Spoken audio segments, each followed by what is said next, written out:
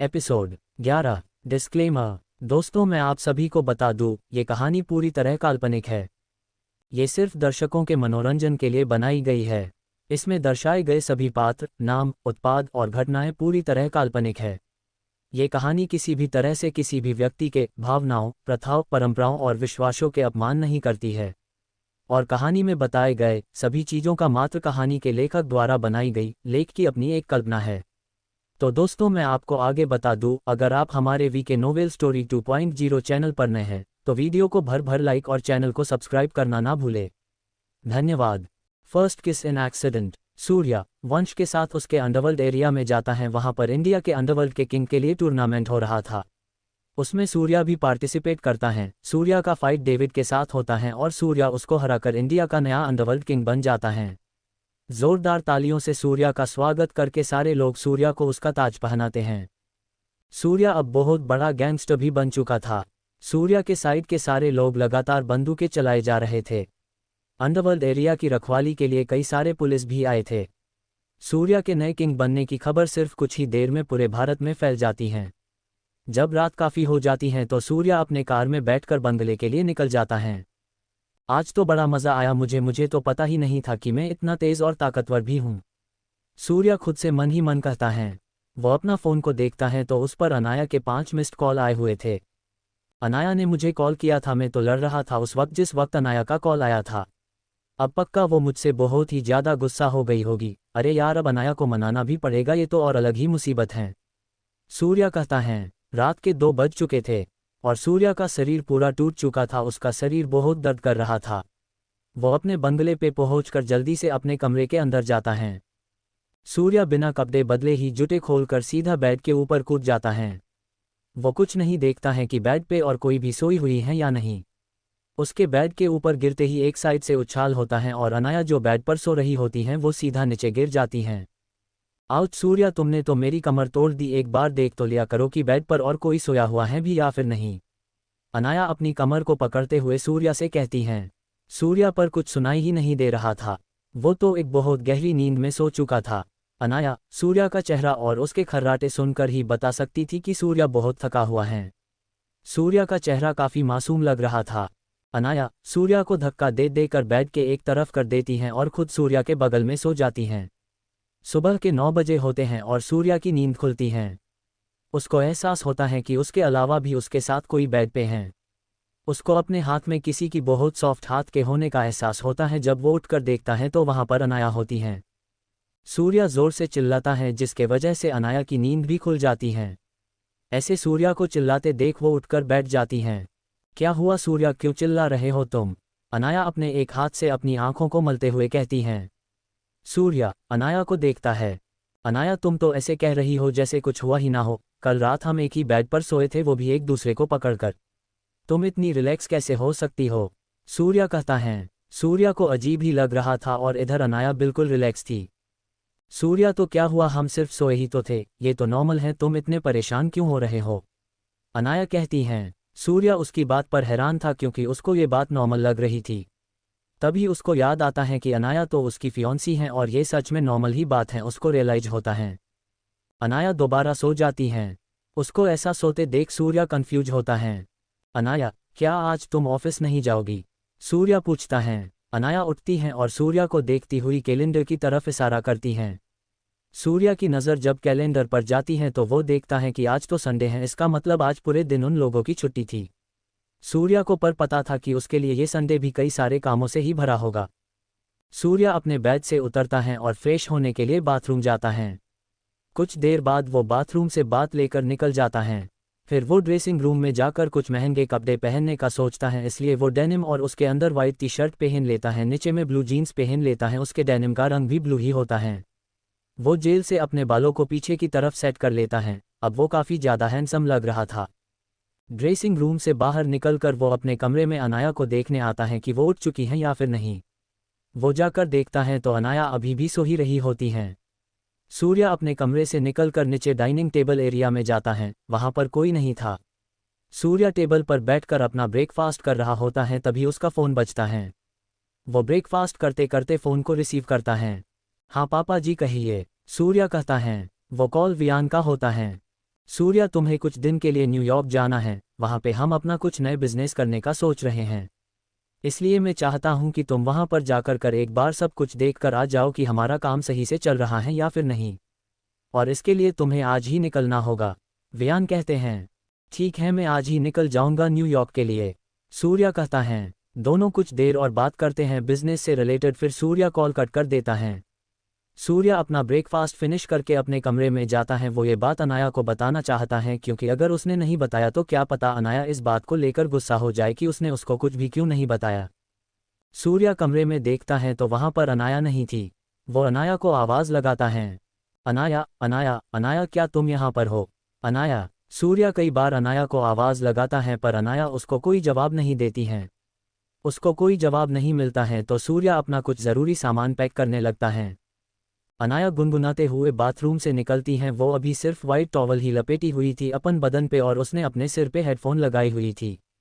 सूर्या को किसी के गुनगुनाने की आवाज़ सुनाई देती है तो वो पीछे मुड़कर देखता है। पीछे अनाया उससे कुछ दूर पर खड़ी हुई थी। वो अनाया को वाइट टॉवल में लिपटा हुआ देखता है।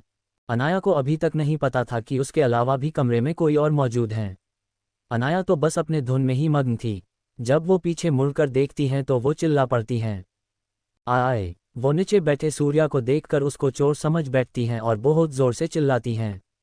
उसकी आवाज़ सुनकर सूर्या तुरंत खड़ा होता है, अनाया को देखने लगता है। वो भी उसके ऐसे अचानक चिल्लाने से डर जाता है। जब अनाया को पता चल जाता है कि वहाँ नीचे सूर्या बैठा हुआ था तो वो शांत हो जाती हैं। क्या हुआ, तुम चिल्ला क्यों रही हो? सूर्या पूछता है। सूर्या की नज़र जब अनाया की गीले बालों पे जाती है तो वो देखता है कि वो कितनी हॉट दिख रही हैं। अनाया का फिगर उस टॉवल में कमाल का लग रहा था। अनाया अपने सिर से हेडफोन उतारती हैं। हाँ बोलो, क्या कह रहे थे तुम? वो सब तुम छोड़ो और ये बताओ कि आखिर ऐसे ज़मीन पर बैठकर भला कौन अपना सामान पैक करता है? अनाया कहती हैं। फिर वो ठीक से सूर्या के बैग को और उसके सामान को देखती है। तुम कहीं जा रहे हो क्या सूर्या? अनाया पूछती हैं। सूर्या अपने होश में आ जाता है। हाँ, वो मुझे बिजनेस के कुछ काम से न्यूयॉर्क जाना है। डैड ने कहा है कुछ दिन का ही काम है सिर्फ वहाँ पर मुझे। सूर्या कहता है। अनाया उसकी बात सुन थोड़ी उदास हो जाती है क्योंकि सूर्या अब कुछ दिन के लिए उसके साथ नहीं रहेगा। तभी उसके दिमाग में एक आइडिया आता है। अच्छा, तो मैं भी तुम्हारे साथ ही चलूंगी क्योंकि मुझे पता है तुम सब कुछ भूल चुके हो और तुम्हें सब कुछ याद दिलाने कोई ना कोई तो तुम्हारे साथ रहेगा ही ना, इसलिए मैं भी तुम्हारे साथ ही चलती हूँ। अनाया कहती हैं। सूर्या अनाया की बात सुनकर उसको देखने लगता है। अनाया कितनी ज़्यादा चिपकू है, हमेशा मेरे साथ ही रहना चाहती हैं। अब इसको कौन बताए कि मेरी पसंद कोई और है? सूर्या खुद से मन ही मन कहता है। ठीक है, पर तुम पहले डैड से तो पूछ लो कि वो मेरे साथ चलने के लिए तुम्हें परमिशन देंगे या फिर नहीं। सूर्या कहता है। अनाया को सूर्या की बात सही लगती है। हाँ, तुमने सही कहा, तुम कुछ देर वेट करो, जब तक तुम अपना सामान पैक कर लो मैं जल्दी से रेडी होकर डैड से पूछकर तुम्हें बताती हूँ। इतना कहकर अनाया जल्दी से ड्रेसिंग रूम में चली जाती हैं। इधर सूर्या अपना सारा ज़रूरी सामान पैक कर लेता है। सूर्या अपने वॉलेट से कई सारे एटीएम कार्ड्स निकालता है और कॉल करके उनके पिन चेंज करवा लेता है। वो जानना चाहता था कि आखिर उसके पास कितना पैसा होगा। सूर्या को उसके कमरे की दरवाजे के खुलने की आवाज़ सुनाई देती है। वो दरवाजे पर देखता है तो वहाँ पर अनाया होती है जो एक बड़ी सी स्माइल के साथ उसके पास आ जाती हैं। सूर्या, मुझे तुम्हारे साथ न्यू जाने के लिए परमिशन मिल गया। अब मैं भी तुम्हारे साथ ही जाऊंगी, वहाँ पर हम दोनों खूब घूमेंगे। अनाया कहती है। सूर्या उसकी बात सुनकर स्ट्रिक्ट हो जाता है। ओह हेलो मैडम, मैं न्यू घूमने नहीं जा रहा हूँ बल्कि वहाँ पर मैं ज़रूरी काम के वजह से जा रहा हूँ। सूर्या कहता है। हाँ, तो जब तुम फ्री हो जाओगे तब तो हम घूम सकते हैं ना, ऐसा तो है नहीं कि तुम दिन और रात हर वक्त सिर्फ अपने काम में ही बिजी रहोगे। अनाया कहती हैं। वैसे सूर्या को भी न्यूयॉर्क घूमने का बहुत ही ज़्यादा मन है। वो वहाँ पर फर्स्ट टाइम ही जा रहा है, पर वो किसी को ऐसा जताना नहीं चाहता था कि वो पहली बार न्यूयॉर्क जा रहा है। हम ओके, सूर्या कहता है और अपना छोटा सा बैग पकड़ लेता है। अनाया भी खड़ी होती हैं और सूर्या के साथ साथ बंगले के बाहर आ जाती हैं। बंगले के बाहर पहले से ही कार रेडी थी सूर्या के लिए। सूर्या और अनाया दोनों कार के अंदर सेटल हो जाते हैं। दोनों के कार के अंदर सेटल होने के बाद कार निकल पड़ती हैं। उस समय मौसम काफ़ी अच्छा था। सूर्या विंडो से अपना सिर बाहर करके सब कुछ देख रहा था। तभी उसको रास्ते में कुछ लोग एक परिवार को मारते पीटते हुआ दिखते हैं। ड्राइवर कार को वहाँ उस साइड रोको, सूर्या कहता है। ओके सर, ड्राइवर कहता है और साइड में कार रोक देता है। सूर्या कार के रुकते ही कार से बाहर निकलता है और भागते हुए उन लोगों के पास जाता है जहां पर वो लड़के उस परिवार को मार रहे थे। तुम सब ये क्या कर रहे हो और इन लोगों को क्यों मार रहे हो? सूर्या बीच में आते हुए कहता है। उन परिवार में 2 छोटे छोटे बच्चे भी होते हैं। एक लड़की होती है और एक लड़का, दोनों की उम्र 5 साल के बीच की होगी। और उनके माता पिता उन लड़कों से पिट रहे थे। वो लड़के सूर्या को देखते हैं। उसके कपड़े देखकर उन लड़कों को अंदाजा हो जाता है कि सूर्या किसी आमिर घर का लड़का है। उन लड़कों के पास बंदूकें भी होती हैं जो वो लड़के सूर्या के ऊपर तान देते हैं।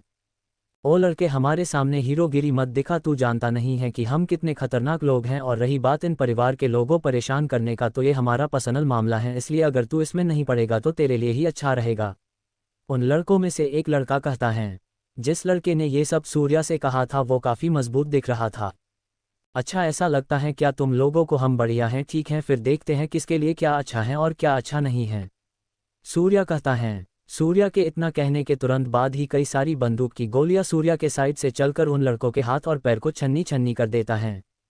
सूर्या के पीछे से वंश आता है और उसके हाथ में मशीन गन होता है। वंश के वहां आते ही वो सब लोग उसको पहचान लेते हैं। उन लड़कों के हाथ और पैर से सिर्फ खून ही खून बहे जा रहा था। तुम सब ने मेरा नाम मिट्टी में मिलाकर रख दिया है।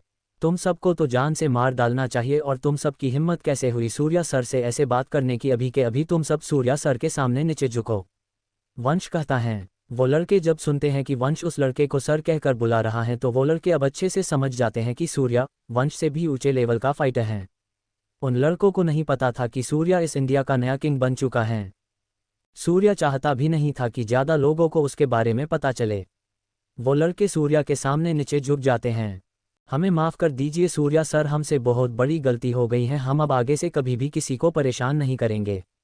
वो सारे लड़के सूर्या के सामने गिड़गिड़ाने लगते हैं। सूर्या उन पर ध्यान नहीं देता है और वो अपनी जगह उस परिवार के पास जाता है जिनको अभी कुछ देर पहले वो लड़के मार रहे थे। क्या आप लोग ठीक हैं? सूर्या पूछता है। उन दोनों के सिर से और हाथ पैर से खून निकल रहा था और उनके बगल में उनके दोनों बच्चे सिर्फ रोए जा रहे थे। सूर्या के इस सवाल पर उन दोनों औरत और आदमी में से कोई भी जवाब नहीं देते हैं और खड़े होकर लड़खड़ाते हुए अपने बच्चों के पास जाते हैं।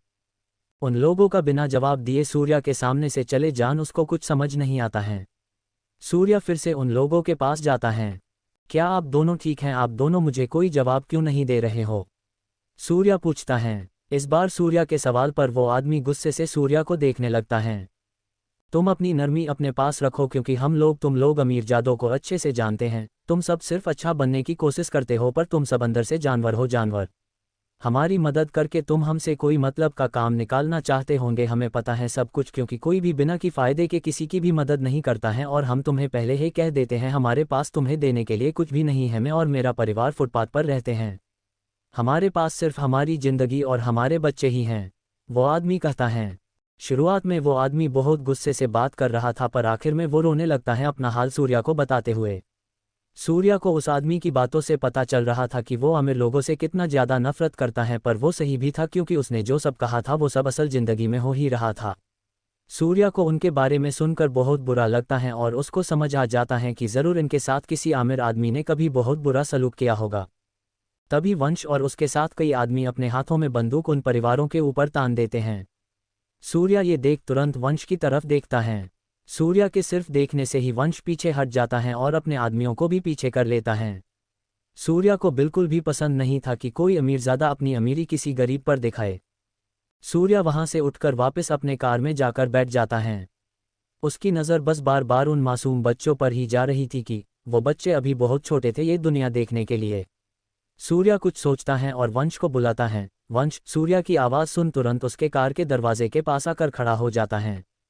वंश, तुम एक काम करो, जो सामने फुटपाथ पर परिवार दिख रहा है उसमें जो आदमी है उसके लिए कोई अच्छी सी नौकरी उसके हिसाब से रागिनी से बात करके उसको काम दिला दो। और काम अच्छा ही होना चाहिए, पैसे ठीक ठाक देना जिससे उनका परिवार ठीक से रह सके, और साथ ही साथ उन पर नज़र रखकर मुझे खबर देते रहना जब मैं पूछूं। सूर्या कहता है। जी सर, जैसा आपने कहा है बिल्कुल वैसा ही होगा, वंश कहता है और वहां से अपने कार में बैठ जाता है। अंदर बैठने के बाद वंश एक कॉल मिलाता है और बात करने लगता है। इधर सूर्या अपने कार में अपने ही किसी सोच में खोया हुआ था। अमीर लोग, मेरे 1 वीक हॉलीडेज़ भी अब फिनिश होने वाले हैं। मुझे जल्द ही वापस यूनिवर्सिटी भी जाना होगा। मैं अपनी पहचान छुपा कर रखूंगा। मैं नहीं चाहता कि दिल्ली में कोई नया बखेड़ा खड़ा हो। पर मैं अपनी अमीरी का क्या करूँगा, ये कैसे छुपाऊंगा। चलो छोड़ो, इस प्रॉब्लम को बाद में देख लूँगा, पर अब से मैं सीक्रेट बिलियनियर बनकर रहूँगा। सूर्या खुद से मन ही मन कहता है। और सूर्या के बगल में बैठी अनाया सूर्या को देखकर अपने गाल फुलाकर बैठी हुई थी। सूर्या अपने ख्वाबों से बाहर निकलकर जब अनाया को देखता है तो उसको लगता है कि अनाया काफ़ी गुस्से में है। अनाया, तुम ऐसे मुंह फुला करके क्यों बैठी हुई हो? सूर्या पूछता है। पर अनाया सूर्या को कोई जवाब नहीं देती है। सूर्या उसके तरफ से कोई जवाब ना सुनकर उसके पास ठोस सा खिसक जाता है। अनाया, बोलो ना, क्या हुआ, क्यों गुस्सा हो? सूर्या फिर से अनाया से पूछता है। अनाया सिर घुमाकर सूर्या की तरफ देखती है। सूर्या अनाया के बहुत करीब था। अनाया के अब गाल के साथ साथ उसका पूरा चेहरा लाल हो जाता है। तभी ड्राइवर अचानक से रोड पर एक कार को देखकर तुरंत ब्रेक मारता है। उस ब्रेक के वजह से सूर्या का बैलेंस बिगड़ जाता है और जिस तरह से सूर्या बैठा हुआ था उसके कारण वो सीधा अनाया के होठों पर अपना होठ रख देता है। दोनों एक दूसरे को आंखें बड़ी बड़ी करके देख रहे थे। सूर्या अनाया के प्यारे और गुलाब की पंखुड़ी से भी पतले होठ को अपने होठों पर महसूस कर सकता था। अनाया अब अपने आंख बंद करके सूर्या को महसूस करती हैं और सूर्या को आगे किश करती हैं। उसके होठों के हिलने के वजह से सूर्या भी सब कुछ भूल जाता है और अनाया को महसूस करने लगता है। दोनों अब एक दूसरे को किश कर रहे थे। सूर्या अनाया के गर्म सांसों को अपने चेहरे पर महसूस कर सकता था और अनाया का भी यही हाल था। वो दोनों अपने लेवल को बढ़ाते उससे पहले ही ड्राइवर अपना गाला साफ करके उन दोनों को होश में लाने की कोशिश करता है। जैसे ही उन दोनों के कानों में ड्राइवर की आवाज़ जाती है वैसे ही दोनों अलग हो जाते हैं। ड्राइवर काफ़ी देर से उन दोनों को नोटिस कर रहा था पर मिरर में सिर्फ सूर्या का पीछे का हिस्सा ही दिख रहा था। उन दोनों के जुनून को देखते हुए वो समझ जाता है कि यहाँ पर बहुत कुछ हो सकता है, इसलिए वो उन दोनों का ध्यान भटका देता है। अनाया अब गुस्से में बिल्कुल भी नहीं थी, बल्कि उसकी जगह वो तो अब बहुत ज़्यादा ब्लश कर रही थी। इधर सूर्या अपने आप को कोस रहा था। सूर्या, तू सच में बहुत बड़ा बेवकूफ़, गधा, नालायक, नीच लड़का है। जब तुझे पता था कि अनाया बहुत खूबसूरत और प्यारी है, उसके बावजूद तुझे अनाया के इतने पास जाने की क्या ज़रूरत थी? हे भगवान, मुझसे बहुत बड़ी गलती हो गई, मैंने ये सब जानबूझकर नहीं किया था। अब पता नहीं, मैं जब अनन्या को प्रपोज करूंगा और वो मेरी गर्लफ्रेंड बन जाएगी तो फिर उसके बाद कभी उसने मुझसे पूछा कि मैंने कभी किसी को किश किया है तो मैं उसको क्या जवाब दूंगा? तब तो अनन्या को बिल्कुल भी अपना मुंह तक दिखाने के लायक बचूंगा। सूर्या मन ही मन खुद से कहता है। सूर्या और अनाया की ये फर्स्ट किश थी। अनाया हालांकि पहले कई साल तक सूर्या के साथ थी पर उसने कभी भी सूर्या को उसको छूने तक नहीं दिया था, पर इस बार वो खुश थी क्योंकि ये सूर्या का नया रूप उसको बहुत पसंद था। सूर्या अपना पहला किश अनन्या को देना चाहता था पर आज उसकी इतनी बड़ी गलती की वजह से उसका पहला किश अनाया ले गई। दोनों उस वक्त उस कार के अंदर कुछ भी एक दूसरे से नहीं बोल रहे थे, उन दोनों को ही बड़ा अजीब लग रहा था। कुछ देर में उनकी कार सूर्या के प्राइवेट एयरप्लेन के पास जाकर रुक जाती हैं। दोनों कार से उतरते हैं। सूर्या को तो पूरे समय लग रहा था कि वो दोनों एयरपोर्ट पर जाकर कोई नॉर्मल प्लेन से न्यूयॉर्क जाएंगे, पर यहाँ आने के बाद वो अपने प्राइवेट एयरप्लेन को देखकर बस हैरान ही हो रहा था। उसका प्लेन बिल्कुल नॉर्मल प्लेन के जितना ही बड़ा था, वो भी सिर्फ 2 लोगों के लिए ही। सूर्या और अनाया दोनों उस प्लेन के अंदर जाते हैं। प्लेन अंदर से बहुत आलीशान था, वहाँ पर सब कुछ था, सोफ़ा, बेड, बार, सब कुछ था उसके अंदर। सूर्या तो बस देखते ही जा रहा था सब कुछ, उसने ये सब सिर्फ फिल्मों में ही देखा था। अनाया सूर्या को पकड़ कर ले जाती हैं और अपने साथ उसको एक साथ सोफे के ऊपर बैठ जाते हैं। वो प्लेन टेक ऑफ होने के लिए उड़ान भर देता है और कुछ ही देर में वो प्लेन बादलों से बातें करने लगता है। सूर्या वहां पर बैठकर शीशे से उन सफ़ेद बादलों को देखते जा रहा था। उसने कभी भी इतने पास से बादलों को नहीं देखा था। वो जब से ग्वालियर आया था तब से ही उसके साथ सारी मज़ेदार चीज़ें ही हो रही थी। सूर्या बहुत अच्छा फील कर रहा था क्योंकि अब वो अपनी ज़िंदगी खुलकर जी रहा था। अनाया उसके बगल में ही बैठकर बस उस फर्स्ट किश के बारे में ही सोच रही थी। वो पल अनाया के लिए अब बहुत खास बन चुका था। एक सर्वेंट आता है और कुछ खाना टेबल पर रख कर चला जाता है। खाने को देखकर अनाया के पेट में चूहे कूदने लगते हैं। वो खाना खा रही होती हैं और सूर्या शीशे से उन बादलों को देखकर बस उस पल को जी रहा था। दिन का वक्त हो जाता है और दोनों बड़े से डिजिटल टीवी पर मूवी देख रहे होते हैं। अनाया मूवी देखते देखते ही सो जाती हैं। अयन की नज़र उस पर पड़ती है तो वो सबसे पहले टीवी का वॉल्यूम कम करता है, फिर वो धीरे धीरे अनाया को चादर उड़ा देता है। सूर्या टीवी को बंद कर देता है और अपना स्मार्टफोन निकाल कर चलाने लगता है। उसको अच्छे से याद था कि इंस्टाग्राम पे रोहन का अकाउंट था, इसलिए वो इंस्टाग्राम ओपन करता है और रोहन का अकाउंट सर्च करता है। मिल गया रोहन, चलो देखते हैं अब इसने कौन से नए पोस्ट किए होंगे। पक्का इस बार उसने सिर्फ किताबों की फ़ोटो ही पोस्ट किया होगा। सूर्या कहता है। वो रोहन के अकाउंट को टच करता है, फिर पोस्ट वाले सेक्शन में जाता है। वहां पर जो वो देखता है वो बस देखता ही रह जाता है।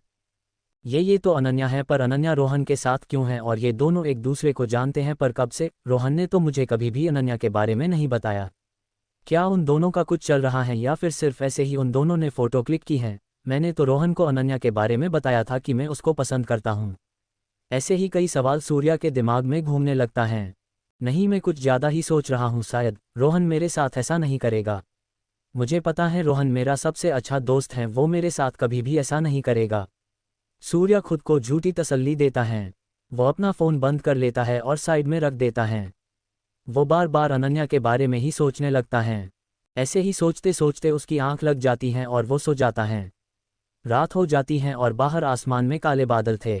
सूर्या की आंख खुलती है। मैं तो काफ़ी देर सो गया हूँ, काफ़ी ज़्यादा समय हो गया, क्या हम अभी तक न्यूयॉर्क नहीं पहुँचे? सूर्या कहता है। वो अपने बगल में देखता है तो वहाँ पर अनाया नहीं थी। सूर्या को बाथरूम से पानी की आवाज़ आती है, जिससे वो समझ जाता है कि बाथरूम में अनाया होगी। अनाया बाथरूम में नहा रही होती हैं। सूर्या शीशे से बाहर देखता है, बाहर में नीचे चमकीले लाइट जल रहे थे। सूर्या को वो बहुत खूबसूरत लगता है। सूर्या को लगता है कि प्लेन अब धीरे धीरे नीचे हो रहा है। इससे वो समझ जाता है कि वो अब न्यूयॉर्क पहुंच गया है। अनाया बाथरूम से बात लेकर निकल जाती हैं और ड्रेस भी चेंज कर लेती हैं। कुछ देर बाद प्लेन लैंड होता है। सूर्या और अनाया दोनों प्लेन से बाहर निकलते हैं। वो दोनों जब बाहर निकलते हैं। Episode 12 romance in the train. Surya New York पहुंच जाता है और उधर दिल्ली में रोहन अनन्या के साथ एक होटल के कमरे में मौजूद होता है। अनन्या रोहन की गर्लफ्रेंड बन चुकी होती हैं। अगले दिन अनन्या और रोहन दोनों कॉलेज पहुंचते हैं। कॉलेज के एंट्री गेट पे दोनों रोहन के कार से बाहर उतरते हैं और रोहन अनन्या के कमर पर अपना हाथ रखकर अंदर जाता है। बेबी चलो अंदर, क्लास में चलते हैं, नहीं तो यहाँ की हवा तुम्हें मुरझा देगी, रोहन कहता है। अनन्या रोहन की बात पे बस है देती हैं। दोनों क्लास के अंदर जाने लगते हैं। जो सब बंदे और बंदियां उन रोहन और अनन्या को एक साथ देख रहे थे, वो सब अब एक दूसरे से गॉसिप करने लग जाते हैं। यार ये तो अनन्या है ना, अरे अनन्या इस फटीचर के साथ क्या कर रही हैं? अरे भाई रोहन को ऐसा मत बोल, तुझे शायद पता नहीं है, रोहन की पूरे 2 करोड़ की लॉटरी लगी है।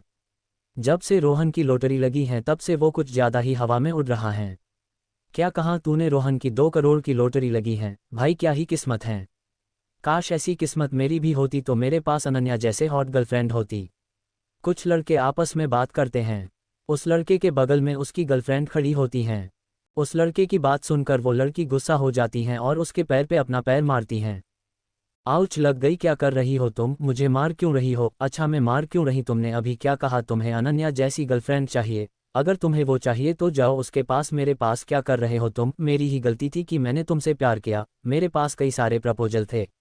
मैं जा रही हूँ, तुम जाओ और जाकर अनन्या के पास उसको प्रपोज करो, अगर मेरे पास आए तो मैं तुम्हारी जान ले लूँगी। वो दोनों कपल बात करते हैं। वो लड़की वहाँ से फिर चली जाती हैं। असल में वो लड़की भी काफ़ी खूबसूरत थी, बस वो लड़का तो अपनी गर्लफ्रेंड को जेलस फील कराना चाहता था, पर उसका डाव उसी पर भारी पड़ गया। अब लो मेरी गर्लफ्रेंड नाराज़ भी हो गई, इसको मनाना पड़ेगा अब तो, वरना ये फिर बहाना ढूंढ लेगी कि मैंने उसे मनाया क्यों नहीं, फिर मुझसे बहुत लड़ेगी। वो लड़का कहता है और भागकर अपने जीएफ के पीछे जाता है। अनन्या और रोहन दोनों अपने क्लास के अंदर आ जाते हैं। रोहन के क्लास के अंदर जाते ही सब रोहन को देखने लग जाते हैं। रोहन ने काफ़ी ब्रांडेड कपड़े पहने हुए थे। लड़कियां और लड़के सब उसको और उसके साथ खड़ी अनन्या को देखने लग जाते हैं। रोहन ब्रो, और बता क्या हाल चाल तेरे? कल तूने अपनी जीएफ के साथ मज़े तू लिए ना? नकुल रोहन के पास उसके कान में जाकर बोलता है। रोहन उसकी बात सुनकर है देता है और अनन्या के तरफ देखता है। भाई उस रात की तो बात ही मत कर, मज़े तो पूरा लिया मैंने, रोहन कहता है। दोनों एक दूसरे को हाई फाई देता है और दोनों अपनी अपनी गर्लफ्रेंड के साथ क्लास के बाहर जाकर कंपटीशन की तैयारी करने लगते हैं। अगले दिन से कंपटीशन स्टार्ट होने वाला था, इसलिए कई सारे बंदे और बंदियां प्रैक्टिस कर रहे थे। इधर सूर्या और अनाया दोनों वापस अपने शहर आ जाते हैं। सूर्या वापस लौटते ही सबसे पहले अपनी पिता वियान से मिलने के लिए जाता है। वियान अपने दूसरे बंगले में होते हैं और कुछ बिजनेसमैन्स के साथ मीटिंग कर रहे होते हैं, पर जब वियान को सूर्या की खबर मिलती है तो वो मीटिंग को रोककर उससे मिलने के लिए चले जाते हैं। सूर्या हॉल के अंदर सोफे पर बैठा होता है और उसके ठीक बगल में ही अनाया भी बैठी होती हैं। सूर्या तुम आ गए, मैं तुम्हारा ही इंतज़ार कर रहा था, और बताओ न्यूयॉर्क में हमारा नया बिजनेस कैसा चल रहा है? तुम्हें वहाँ कोई गड़बड़ होते हुए दिखा या फिर सब कुछ ठीक ही था? वियान आकर सूर्या के सामने बैठते हुए कहते हैं, पापा वहाँ पर हमारा बिजनेस अच्छे से चल रहा है और हमें काफ़ी प्रॉफिट भी हो रहा है, आपका डिसीजन बिल्कुल सही था। पर मुझे यहाँ इस बारे में बात नहीं करना था, मैं यहाँ पर किसी और चीज़ के लिए आपसे बात करने के लिए आया हूँ, कहता है और वियान देखने लगता है। हम ठीक हैं सूर्या, तो बताओ तुम मुझसे किस बारे में बात करना चाहते हो। वियान कहते हैं, मुझे दिल्ली जाकर वहाँ पर अपनी बाकी की पढ़ाई पूरी करनी है, इसलिए मैं चाहता हूँ कि आप मुझे दिल्ली जाने की इजाज़त दे दे। सूर्या कहता है, तुम्हें अपनी बाकी की पढ़ाई दिल्ली में पूरी करनी है। हाँ, मैं इस बात से एग्री हूँ कि तुम्हें अपनी पढ़ाई पूरी करनी चाहिए, पर दिल्ली में ही क्यों, तुम फॉरेन जाकर भी तो पढ़ाई कर सकते हो। वियान कहते हैं, पापा मुझे दिल्ली में इसलिए पढ़ाई करनी है क्योंकि वहाँ पे भी अब काफ़ी ज़्यादा अच्छे यूनिवर्सिटी और कॉलेजेस भी बन चुके हैं, वहाँ की पढ़ाई बाकी जगहों से काफ़ी अलग और ख़ास होती हैं, इसलिए मैं वहाँ पे अपनी पढ़ाई पूरी करना चाहता हूँ। सूर्या कहता है, सूर्या देखो वैसे इस छोटी सी बात के लिए मैं कोई बहस नहीं करना चाहता हूँ, इसलिए तुम दिल्ली जा सकते हो, पर आगे हमारे बिजनेस का क्या होगा, उसको तुम कैसे हैंडल करोगे। वियान पूछते हैं, पापा मैं बिजनेस भी हैंडल कर लूँगा, मुझे दिल्ली के अंदर का काम आप दे सकते हैं और मैंने सुना है कि वहाँ पर हमारे जान पहचान के भी काफ़ी लोग हैं, तो वो सब भी मेरी मदद कर ही देंगे। बस मेरी एक रिक्वेस्ट और ये है कि मैं चाहता हूँ मेरे साथ वंश भी चले और वो भी मेरे ही कॉलेज में वो भी सुने मेरे साथ ही। सूर्या कहता है, हाँ क्यों नहीं, वंश तुम्हारे काम आ सकता है, ठीक है तुम दोनों दिल्ली के आज या कल से निकल सकते हो। वियान कहते हैं। सूर्या के बगल में बैठी अनाया सूर्या को देख रही होती हैं और वो वियान से कुछ कहना चाहती थी, पर उन दोनों के बातचीत के वक्त उसको मौका ही नहीं मिला था कुछ बोलने का। पर वियान अनाया की सारी हरकतों को अच्छे से देख रहे थे और समझ गए थे कि अनाया भी उनसे कुछ कहना चाहती हैं। अनाया क्या बात है, तुम भी मुझसे कुछ कहना चाहती हो क्या। वियान अनाया की तरफ देखते हुए पूछते हैं। हाँ पापा जी, मुझे भी कुछ कहना था। अनाया कहता है, ठीक है तो कहो, मैं सुन रहा हूँ। वियान कहते हैं। उनकी बात सुनकर अनाया आगे के हटी हैं। मैं भी सूर्या के साथ उसके ही कॉलेज में पढ़कर सूर्या के साथ रहना चाहती हूँ, अनाया कहती हैं। वियान उसकी बात सुनकर मुस्कुरा देते हैं। तुम्हें भी सूर्या के साथ ही जाना है तो ठीक है, तुम भी जा सकती हो उसके साथ, वैसे भी तुम्हें तो पूरा हक है उसके साथ हर पल रहने का, आखिर तुम दोनों होने वाले हस्बैंड और वाइफ जो हो। मुझे कोई एतराज़ नहीं है।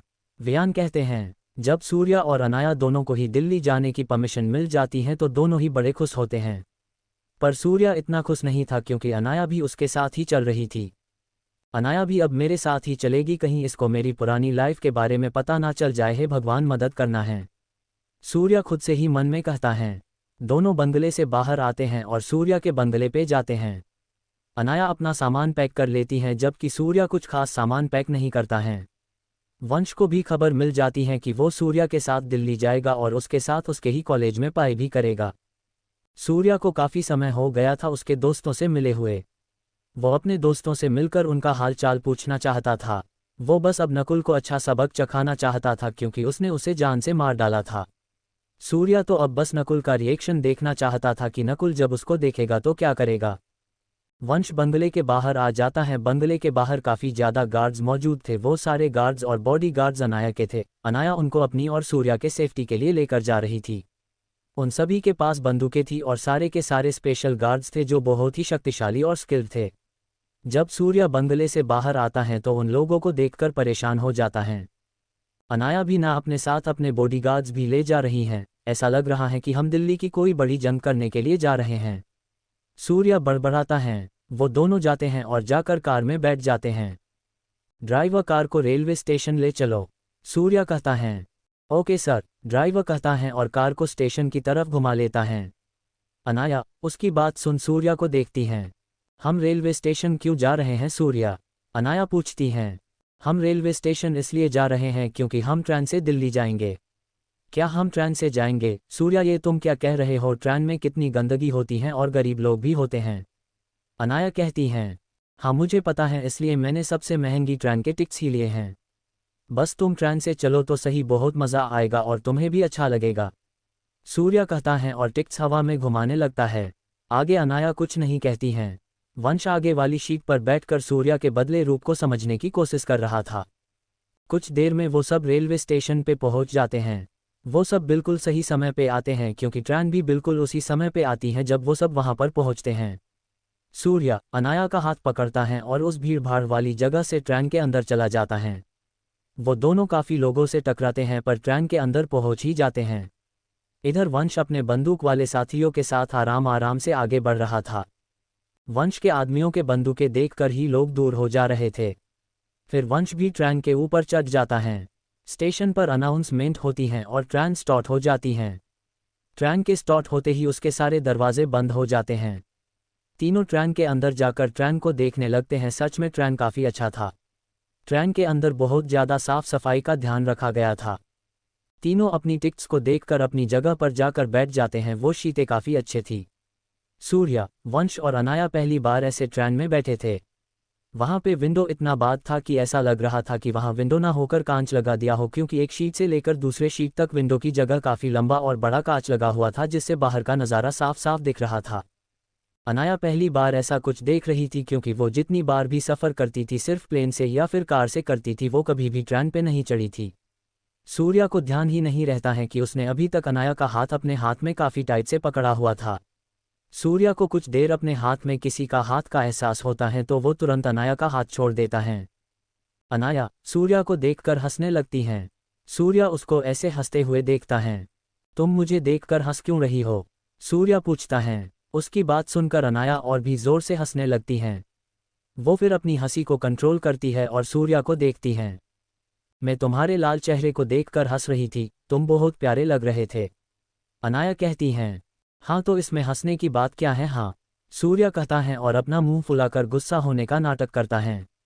अनाया सूर्या को गुस्सा होते देख उसको मनाने के लिए उसके पास बढ़ती हैं।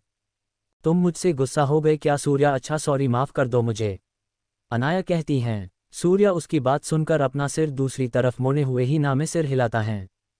अच्छा ठीक है, देखो मैंने अपने कान भी पकड़ लिए, अब मुझे माफ़ कर दो, अनाया कहती हैं। उसकी बात सुनकर सूर्या अपना सिर अनाया को देखने के लिए घुमाता है। जैसे ही वो अपना सिर घुमाता है वैसे ही उसके होठ अनाया के होठों से टकरा जाते हैं। अनाया सूर्या को किस कर रही होती हैं। सूर्या भी अनाया के कोमल होठ को फिर चूमने लगता है। वो सब कुछ भूल जाता है। वंश उनकी हरकत देख रहा था और बातें भी सुन रहा था। जैसे ही वो दोनों किस करते हैं वैसे ही वंश अपना सिर तेजी से किसी और साइड घुमा लेता है। उन लोगों को किस करते हुए कोई नहीं देख पा रहा था, क्योंकि वहां पर पर्दा लगा हुआ था। सिर्फ वही लोग देख सकते थे उन दोनों को जब उन तीनों से मिलने के लिए आते। अनाया अपनी जगह से उठकर सूर्या के गोद में बैठ जाती हैं और उसका सिर अपने हाथों से पकड़कर उसके होठों को चूमने लगती हैं। सूर्या भी अपने दोनों हाथों को अनाया के खूबसूरत कमर पर रख देता है। दोनों एक दूसरे को बस चूमते जा रहे थे। दोनों ही उस एहसास को महसूस कर रहे थे। दोनों ऐसे लग रहे थे जैसे कि दो जिस्म और एक जान हो।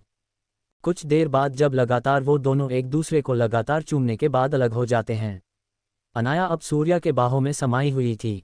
सूर्या को भी अब पता लग गया था कि उसको अनन्या के साथ सिर्फ अट्रैक्शन था और अब उसको अनाया के साथ प्यार हुआ है। उसको ऐसा एहसास इसलिए हुआ क्योंकि जब भी वो अनाया के साथ रहता तो वो उससे सारी बात कह सकता था। उसको उसके साथ रहने से कुछ स्पेशल फील होता था। सूर्या को अनाया का साथ पसंद था। अनाया और सूर्या का हो जाने के बाद वंश अपना सिर वापस से सीधा कर लेता है। पर्दे से एक लड़की आती है और उन तीनों को देखती हैं। आप तीनों क्या लेना पसंद करेंगे? चाय, कॉफ़ी, कोल्ड ड्रिंक क्या लेना पसंद करेंगे? वो लड़की पूछती हैं। वंश उस लड़की की तरफ देखता है और कहता है, हमारे लिए कुछ खाने के लिए ले आओ, पर वो नॉर्मल होना चाहिए। जी सर, लड़की कहती हैं और फिर वहाँ से चली जाती हैं। वो लड़की वहाँ से बाहर आने के बाद सूर्या और अनाया के बारे में सोचती हैं, क्योंकि वो दोनों ही काफ़ी अच्छे लग रहे थे। जिस तरह से सूर्या ने अनाया को अपने बाहों में थाम रखा था उससे तो उसको यही लग रहा था कि सूर्या उसको बहुत प्यार करता है। वो लड़की उन तीनों का ऑर्डर लेने के लिए चली जाती हैं और इधर सूर्या अपने पॉकेट से फ़ोन निकल कर गेम खेल रहा होता है। अनाया अभी भी उसके बाहों में ही होती हैं और वो गेम को देख रही होती हैं। अनाया सूर्या के गेम को देखते देखते बोर हो जाती हैं और वो सूर्या के हाथ से फ़ोन छीन लेती हैं। अरे अरे अनाया, ये क्या कर रही हो? मैं बस अभी जीतने ही वाला था, सूर्या कहता है। सूर्या तुम बस देखते जाओ, अनाया कहती हैं। वो गेम को काटकर इंस्टाग्राम चालू करती हैं। अनाया सूर्या का इंस्टाग्राम अकाउंट देखती हैं तो वहाँ पे न्यू अकाउंट लिखकर आ रहा होता है। उसको देखकर वो समझ जाती हैं कि सूर्या ने ये अकाउंट कुछ दिन पहले ही बनाया होगा। अनाया फ़ोन का कैमरा चालू करके सूर्या और उसकी फ़ोटो क्लिक करती हैं। सूर्या को खबर ही नहीं होती है कि अनाया उसका और अपनी फ़ोटो क्लिक कर रही थी। वो फ़ोटो क्लिक करने के बाद उस फ़ोटो को सूर्या के अकाउंट में डीपी पे लगा देती हैं। सूर्या और अनाया दोनों ही काफ़ी ज़्यादा अच्छे लग रहे थे और फ़ोटो भी बहुत अच्छी आई थी। उन दोनों ने ही ब्रांडेड कपड़े भी पहने हुए थे। वो कुछ फोटोज और क्लिक करती हैं, पर वो कुछ खास नहीं होते हैं। सूर्या अब नोटिस कर लेता है कि अनाया क्या कर रही होती है। जब अनाया फिर से फोटो क्लिक करने की कोशिश करती है तो सूर्या उसको रोकने की कोशिश करता है। अनाया, ये क्या कर रही हो, मेरी फोटो क्यों क्लिक कर रही हो, नहीं रुको, छोड़ो सूर्या, मुझे क्लिक करने दो, रुको, टूट जाएगा तुम्हारा फ़ोन। सूर्या, तुम फोटो क्लिक मत करो ना, रुको, नहीं। दोनों एक दूसरे के हाथ से फ़ोन छीनने की कोशिश कर रहे होते हैं। दोनों शीट पे गिर जाते हैं और दोनों ही लेट जाते हैं। दोनों के हाथ से फ़ोन छूटता है, नीचे गिर जाता है। जब फ़ोन हवा में नीचे की तरफ गिरने के लिए जा रहा होता है तब फोटो क्लिक होने की आवाज़ आती है। जब दोनों फ़ोन को उठाकर देखते हैं तो उन दोनों की एक बहुत क्यूट फ़ोटो फ़ोन को छीनते वक्त क्लिक हो जाती हैं। अनाया सूर्या के छाती पे लेती होती हैं और सूर्या अपने हाथ से अपने चेहरे को छुपाने का कोशिश कर रहा होता है, पर वो छुपता नहीं है। आहा, ये क्लिक हो गई, सबसे बेस्ट पिक्चर, अनाया कहती हैं और फिर से सूर्या के हाथ से उसका फ़ोन छीन लेती हैं। वो कुछ फ़ोटो को सूर्या के अकाउंट पे पोस्ट कर देती हैं, वो टैग्स वैग्स भी लगा देती हैं और ये फ़ोटोज पोस्ट हो जाती हैं। फ़ोटोज के पोस्ट होने के कुछ देर बाद ही उस पर 10 लाइक आ जाता है और कुछ कमेंट्स भी। ये दोनों कितने प्यारे लग रहे हैं, ये लड़का कितना हॉट है यार, इस लड़के के साथ तो अनाया घोष है ना, अनाया क्या इस लड़के की गर्लफ्रेंड हैं। ऐसे ही कई सारे कमेंट्स, लाइक्स और फॉलोज सूर्या को मिलने लगता है। अनाया अपना फ़ोन निकल कर सूर्या के पोस्ट के साथ कोलैबोरेशन कर लेती हैं। सूर्या अनाया की सब हरकत देख रहा होता है। अनाया, ये तुम क्या कर रही हो, सूर्या पूछता है। अनाया सूर्या को देखती हैं और मुस्कुराते हुए सूर्या को जवाब देती हैं, तुम्हें फेमस कर रही हूँ। Episode 13 social media star. Anaya और सूर्या दोनों ट्रेन के अंदर ही एक दूसरे को चूमने लगते हैं। वंश अपना चेहरा किसी और साइड फेर लेता है। सूर्या अनाया को अपने बाहों में भरकर फ़ोन में गेम खेल रहा होता है, पर अनाया का मन नहीं लग रहा था, इसलिए वो सूर्या से फ़ोन छीनकर सोशल मीडिया पर अपनी और सूर्या की फ़ोटो पोस्ट कर देती हैं। कुछ ही देर में सूर्या और अनाया के उस पोस्ट पर काफ़ी सारे लाइक्स, कमेंट्स और फॉलो आने लगते हैं। अनाया उस पोस्ट को अपने अकाउंट से कोलैब कर लेती हैं। अनाया सोशल मीडिया में काफ़ी फेमस थी, उसके चर्चे पूरे इंडिया में थे, उसकी खूबसूरती के हज़ारों दीवाने थे। अब सूर्या के बारे में भी काफ़ी लोगों को पता चलना शुरू हो गया था कि सूर्या अनाया का बॉयफ्रेंड हैं। ये खबर सुनने के बाद अनाया के हज़ारों दीवानों के दिल टूट चुके थे। अनाया सूर्या को देखती है, स्माइल करते हुए उसको उसका फ़ोन वापस करती हैं। ये लो सूर्या, तुम्हारा फ़ोन, मुझे जो करना था वो मैंने कर दिया, अनाया ने कहा। सूर्या को उसकी बात समझ नहीं आती है। क्या मतलब है तुम्हारा, मुझे कुछ समझ नहीं आया। सूर्या कहता है, मैंने अभी जो कहा वो भूल जाओ और जल्दी से मुझे हग करो। इतना कहकर अनाया अपने दोनों हाथों सूर्या की तरफ कर देती हैं। सूर्या उसको बड़े प्यार से देखता है और एक बार फिर से अनाया को अपने बाहों में भर लेता है। ये पल दोनों को बहुत अच्छा लग रहा था, दोनों बस इस पास में खो जाना चाहते थे। तभी पर्दे को हटाकर वो लड़की आ जाती है जिसको वंश ने अपना ऑर्डर लाने को भेजा था। ये लीजिए सर आपका ऑर्डर, वो लड़की बिल्कुल तमीज़ के साथ कहती हैं और फिर वहाँ से चली जाती हैं। रात के 9 बज चुके होते हैं। रात में उनकी ट्रेन उनको दिल्ली के स्टेशन पर छोड़ देती हैं। तीनों ट्रेन से अपना अपना सामान लेकर उतर जाते हैं और सारे स्पेशल सोल्जर भी ट्रेन से उन सब के साथ उतर जाते हैं। रात का समय होने के वजह से वहाँ पर कुछ खास लोग नहीं दिख रहे थे। ये कैसी जगह है, इतनी रात को इस ट्रेन ने हमें यहाँ पर उतारा है, मैं तो बहुत थका हुआ महसूस कर रही हूँ और नींद भी काफ़ी आ रही है, अनाया अपनी आंखों को मलते हुए कहती हैं। अनाया, बस तुम मेरे साथ चलो, कुछ देर में हम दिल्ली यूनिवर्सिटी पहुंच जाएंगे, तो तुम आज के लिए मेरे ही कैंपस के रूम में सो जाना। और मैं तुम दोनों से पूछना भूल गया कि तुम दोनों का एडमिशन यूनिवर्सिटी में हो गया है ना, या फिर तुम दोनों ने अभी तक इस बारे में सोचा ही नहीं और चले आए। सूर्या पूछता है। तुम उसकी फिक्र मत करो क्योंकि हम पहले से ही एडमिशन इस यूनिवर्सिटी में ले चुके हैं, अनाया ने कहा। सूर्या उन दोनों को अपनी आंखों को छोटी छोटी करके देखता है। ये बात तो सच है कि पैसों से कुछ भी हो सकता है, सूर्या खुद से मन ही मन कहता है। ठीक है तो चलो चलते हैं, सूर्या ने कहा। वो सब स्टेशन से बाहर रोड पे आ जाते हैं। बाहर आने के बाद वो देखते हैं कि वहाँ पर कई सारी लग्जरी कार्स खड़ी हुई थी। सूर्या और अनाया के बाहर निकलते ही वो सारे लोग सूर्या के सामने झुक जाते हैं और अपने हाथ को कंधे पर रख लेते हैं। आपका स्वागत है हमारे इस छोटे से दिल्ली शहर में सूर्या सर, वो सभी लोग एक साथ कहते हैं। आसपास के जितने भी लोग होते हैं, ड्राइवर्स और बाकी सब होते हैं, वो सब भीड़ लगाकर ये सब देखने लगते हैं। सूर्या अपने हाथ को ऊपर करता है, जिसके बाद सभी लोग खड़े हो जाते हैं और आगे बढ़ते हैं। सूर्या और अनाया एक कार में बैठ जाते हैं और वहां से निकल जाते हैं। कार के अंदर अनाया को काफ़ी नींद आ रही थी और वो काफ़ी मुश्किल से ही अपनी नींद को काबू कर पा रही थी। सूर्या अनाया को अपनी नींद से लड़ते देख मुस्कुराने लगता है। अनाया भी ना पता नहीं ये इतनी प्यारी सच में है या फिर नाटक करती है। देखो तो सही, इसको नींद आ रही है पर फिर भी सोने की जगह अपने आंखों को खोलने की कोशिश कर रही हैं। सूर्या मन ही मन कहता है। वो अनाया के पास जाता है और उसके कंधे पे हाथ रखता है। तुम्हें नींद आ रही है तो तुम मेरे गोद पे सिर रख कर सो सकती हो, सूर्या कहता है। उसकी बात सुन अनाया अपनी नींद से भरी आंखों को खोलने की कोशिश करते हुए सूर्या को देखती है। वो बिना कुछ बोले तुरंत सूर्या से गले लग जाती हैं और आंखों को बंद करके सो जाती हैं। सूर्या ड्राइवर को कुछ इशारा करता है जिसके बाद ड्राइवर कुछ बटन्स दबाता है। बटन दबाने के बाद जिस शीट पे सूर्या बैठा हुआ था वो शीट पीछे की तरफ झुक जाता है और लेटने के लिए जगह बन जाता है। सूर्या अनाया को पकड़कर अपने साथ लेकर लेट जाता है।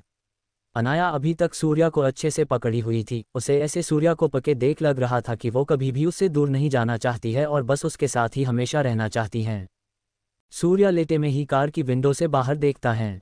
उसको भले ही ज़्यादा दिन ना हुए हो दिल्ली को छोड़े हुए, फिर भी उसको ऐसा लग रहा था कि काफ़ी समय बीत गए हो उसको अपने शहर में आए हुए। लगभग आधे घंटे बाद ही वो सब यूनिवर्सिटी के बाहर पहुंच जाते हैं। यूनिवर्सिटी के बाहर कई सारी गाड़ियां रुकती हैं और उनमें से एक गाड़ी से सूर्या उतरता है। वंश भी अपनी कार से उतर जाता है और सूर्या के पास आता है। सूर्या सर, आप यूनिवर्सिटी जाए, मैं यहाँ पे कोई अच्छा सा होटल बुक कर लेता हूँ ताकि अनाया मैम और आपको कोई दिक्कत ना हो। आपके साथ ये स्पेशल सोल्जर भी साथ चलेंगे आपकी सिक्योरिटी के लिए, वंश कहता है। उसकी बात सुन सूर्या उसको देखता है और कहता है, वंश तुम्हें मुझे कुछ बताना था, ये बात बहुत ज़रूरी है इसलिए तुम ध्यान से सुनना, सूर्या ने कहा। वंश बिल्कुल सीरियस हो जाता है। जी सर कहिए, वंश कहता है। हम ठीक हैं तो सुनो, देखो मैं यहाँ पे नया हूँ इसलिए मैं चाहता हूँ कि मेरी पहचान ज़्यादा लोग ना जाने कि मैं कौन हूँ। मैं सिर्फ यूनिवर्सिटी के अंदर नॉर्मल सूर्या बनकर रहूँगा और उसके बाहर तुम्हारा सर, इसलिए तुम भी मुझे सिर्फ सूर्या ही बुलाओगे यूनिवर्सिटी के अंदर। रही बात इन गार्ड्स की तो उनको भी मुझसे अंदर में दूर रहने के लिए कहना, सूर्या कहता है। लेकिन सर अगर आपको गार्ड्स प्रोटेक्ट नहीं करेंगे तो आपकी जान को भी खतरा हो सकता है और अगर आपको कुछ हुआ तो मैं अपने आप को कभी माफ़ नहीं कर पाऊंगा, वंश कहता है। वंश तुम बात समझे नहीं लगता है, देखो अगर मेरी पहचान के बारे में किसी को पता नहीं होगा तो मेरी जान को भी तो खतरा नहीं होगा। बाकी सब लोगों की तरह ही मैं भी नॉर्मल स्टूडेंट ही तो रहूंगा जिससे मुझे कोई परेशानी भी नहीं होगी। एपिसोड 14। सूर्या वंश को अपने बातों में फंसा लेता है और वंश को राजी कर लेता है। कुछ देर की बात होने के बाद वंश वहां से कार में बैठकर चला जाता है और सूर्या भी अनाया को अपने साथ लेकर यूनिवर्सिटी के अंदर चला जाता है। अनाया काफ़ी गहरी नींद में थी इसलिए सूर्या उसको नहीं जगाता है और अनाया को अपने बाहों में उठा लेता है। यूनिवर्सिटी का गार्ड अभी आराम से घोड़े बेचकर सो रहा था। ये गार्ड्स भी ना इनको यूनिवर्सिटी की देखभाल के लिए रखा गया है, पर यह है कि खर्राटे मार के सो रहे हैं। खैर वैसे भी अच्छा ही है कि ये सब सो रहे हैं, वरना फालतू का बखेड़ा खड़ा हो जाता, सूर्या खुद से ही बात करते हुए कहता है। वो यूनिवर्सिटी के बड़े से गेट को हल्का सा बिना कोई आवाज़ के खोलता है और अंदर चला जाता है। वहाँ से वो सीधा अपने कैंपस की तरफ ही जाता है। कैंपस में जाने के बाद जल्दी से दबे पैर अपने रूम में चला जाता है। धीरे से दरवाज़ा खोलकर वो अंदर आ जाता है। अंदर वो देखता है तो वहाँ पे रोहन नहीं होता है। ये देख वो समझ जाता है कि पक्का अब उसके पास काफ़ी पैसे आ चुके होंगे जिसके वजह से वो यहाँ अपने कैंपस में नहीं है। वो आगे बढ़कर अनाया को अपने बेड पे लेटा देता है और खुद नहाने के लिए चला जाता है। बाथरूम से नहाकर निकलने के बाद वो रोहन के बेड पे जाकर लेट जाता है। बिस्तर पे लेटने के तुरंत बाद ही उसकी आंखें बंद हो जाती हैं और वो गहरी नींद में सो जाता है। अगली सुबह अनाया की आंख खुलती है। वो अपनी आंखों को अपने हाथों से मलती हैं और आंखों को पूरी तरीके से खोलकर अपने आसपास देखती हैं। अनाया अपने बगल वाले बेड पर ही देखती है कि वहाँ सूर्या आराम से सो रहा होता है। अनाया उस रूम को देखती है तो वो काफ़ी गंदा लग रहा था कि उस रूम में काफ़ी दिन से कोई आया नहीं था। अनाया को वो कमरा बिल्कुल भी पसंद नहीं आता है। जब कुछ लड़के एक साथ अच्छे से रेडी होकर सूर्या के कमरे से जा रहे थे तो वो सब कुछ कह रहे थे, आज से तो अपने यूनिवर्सिटी का सबसे बड़ा कंपटीशन शुरू होने वाला है। हाँ, तभी तो इतनी ज़ोर शोर से यूनिवर्सिटी के अंदर इतने काम चल रहे हैं। वो सब तो ठीक है, पर तुम सबको ये पता है क्या कि जो सूर्या था वो काफ़ी दिनों से कॉलेज में नहीं है। सुनने में ये भी आया है कि वो नकुल के डर से कॉलेज ही छोड़कर भाग गया है, वो लड़के कहते हैं। अनाया को कंपटीशन वाली बात तो समझ आ जाती है, पर उसे ये बात समझ नहीं आती है कि वो सब सूर्या को कैसे जानते हैं और सूर्या को नकुल नाम के लड़के से डरने की क्यों ज़रूरत है। वो बस इन सब ख्यालों में ही थी कि सूर्या के बगल में उसका फ़ोन का अलार्म बजता है। अलार्म की आवाज़ से सूर्या की नींद खुल जाती है और वो उठ जाता है। वो देखता है अनाया खिड़की के पास खड़ी होकर किसी बहुत गहरी सोच में डूबी हुई थी। अनाया, तुम क्या सोच रही हो और तुम वहां खिड़की के पास क्या कर रही हो? सूर्या कहता है। उसकी आवाज़ सुनकर अनाया अपने ख्यालों से बाहर आ जाती है। वो उसके सवाल पे उसके पास उसके बिस्तर पे सूर्या को पकड़कर बैठ जाती हैं। मैं बस उन लड़कों को बोलते हुए सुन रही थी। वो लड़के कह रहे थे कि आज से कोई कंपटीशन स्टार्ट है यूनिवर्सिटी में और वो कंपटीशन काफ़ी स्पेशल होगा। अनाया कहती हैं, अच्छा कंपटीशन? वो तो आज से ही स्टार्ट है। हाँ, वो स्पेशल भी हैं क्योंकि उसमें काफ़ी अच्छे कॉम्पिटिशन्स हैं। सूर्या कहता है। अनाया उसका जवाब सुनकर सूर्या से थोड़ा अलग होती हैं और उसको देखती हैं। सूर्या, तुम्हें कैसे इन सब के बारे में पता है? तुम मुझसे कुछ छुपाने की कोशिश तो नहीं कर रहे हो ना? सच सच बताना सूर्या, अनाया पूछती हैं। सूर्या उसके सवालों पे सोच में पड़ जाता है और खुद को मुसीबत में फंसा हुआ देखता है। नहीं अनाया, भला मैं क्यों तुमसे कुछ छुपाऊंगा? वो तो मैंने बस यहाँ आने से पहले थोड़ा सर्च किया था यूनिवर्सिटी के बारे में, तो बस मुझे वहीं से इन सभी चीज़ों के बारे में पता चला। सूर्या कहता है। वो वैसे तो काफ़ी खुद को फंसा हुआ समझ रहा था, पर वो सर्च के बारे में बताकर अनाया से इस बार बच जाता है। अनाया को भी सूर्या की बातों पे यकीन हो जाता है। अनाया और सूर्या दोनों बात ले लेते हैं और रेडी भी हो जाते हैं।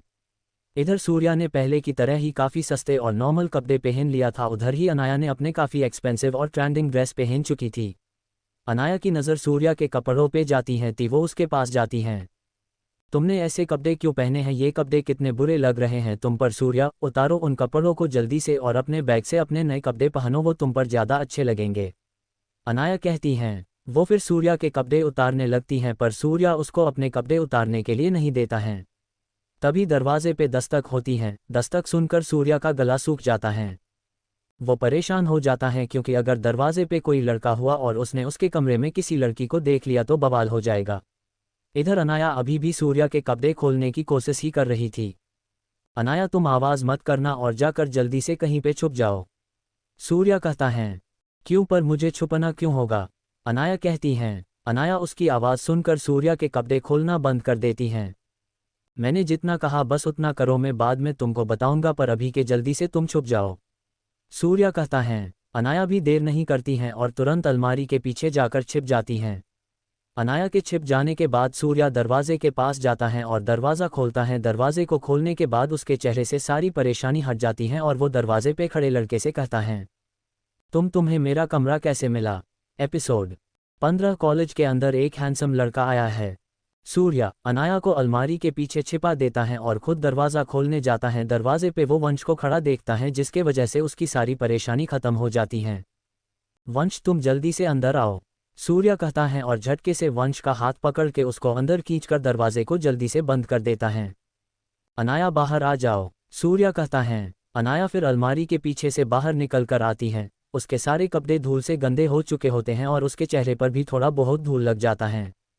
मेरे सारे कपड़े खराब हो गए हैं, अब मुझे कपड़े चेंज करना पड़ेगा। सूर्या, तुम्हें मुझे इस गंदे अलमारी के पीछे ही छुपाना था, देखो अब तुम्हारे वजह से मेरा पूरा चेहरा गंदा हो गया है। अनाया अपने कपड़ों को देखते हुए कहती हैं। सूर्या और वंश सिर्फ अनाया को ही देख रहे होते हैं क्योंकि उसका चेहरा बहुत फनी हो चुका था। वंश किसी तरह अपनी हंसी को कंट्रोल कर लेता है, पर सूर्या से उसकी हंसी कंट्रोल नहीं होती है और वो ज़ोर ज़ोर से हंसने लगता है। अनाया अपना मुंह फुलाकर बैठ जाती हैं। तुम न बहुत बुरे हो, मैं तुमसे बात ही नहीं करूंगी, जाओ तुम, अनाया कहती हैं। सूर्या उसका चेहरा देख अब हंसना बंद कर देता है और अनाया के पास जाकर अपने पॉकेट से हैंकी निकालता है और अनाया के चेहरे को बड़े प्यार से साफ करने लगता है। अनाया, चलो अब उठ जाओ, मुझे तुमसे कुछ ज़रूरी बात कहनी है, सूर्या कहता है और अनाया को खड़ा करता है। अनाया सूर्या की ज़रूरी बात समझ नहीं पाती है, पर फिर भी वो उससे कुछ नहीं पूछती है क्योंकि वो तो अभी भी सूर्या से नाराज़ थी और वो था कि अनाया को मनाने की जगह अपनी ही कोई ज़रूरी बात बताने का कह रहा था। अनाया, मैं चाहता हूँ तुम मेरी पहचान को सीक्रेट रखो, मैंने कल रात को इस बारे में वंश को भी बता दिया था और वो राज़ी हो चुका है, इसलिए बस तुम्हारी राज़ी होने की देरी है, सूर्या कहता है। अनाया उसको देखने लगती है। पहचान छुपाने वाली बात बहुत बड़ी बात थी और उसको सूर्या ऐसे ही आराम से कह रहा था। पर तुम अपनी पहचान क्यों छुपाना चाहते हो सूर्या? तुम ये सब क्या कह रहे हो? मैं इसके लिए ऐसे कैसे राज़ी हो जाऊं? वंश और तुम कैसे सूर्या की बात पे उसकी पहचान छुपाने के लिए राज़ी हो गए? अनाया कहती हैं। वो अपना गुस्सा अब वंश पे उतार रही थी। वंश भी बस चुपचाप सुन रहा था क्योंकि वो जानता था कि सूर्या का ये फैसला बिल्कुल सही है।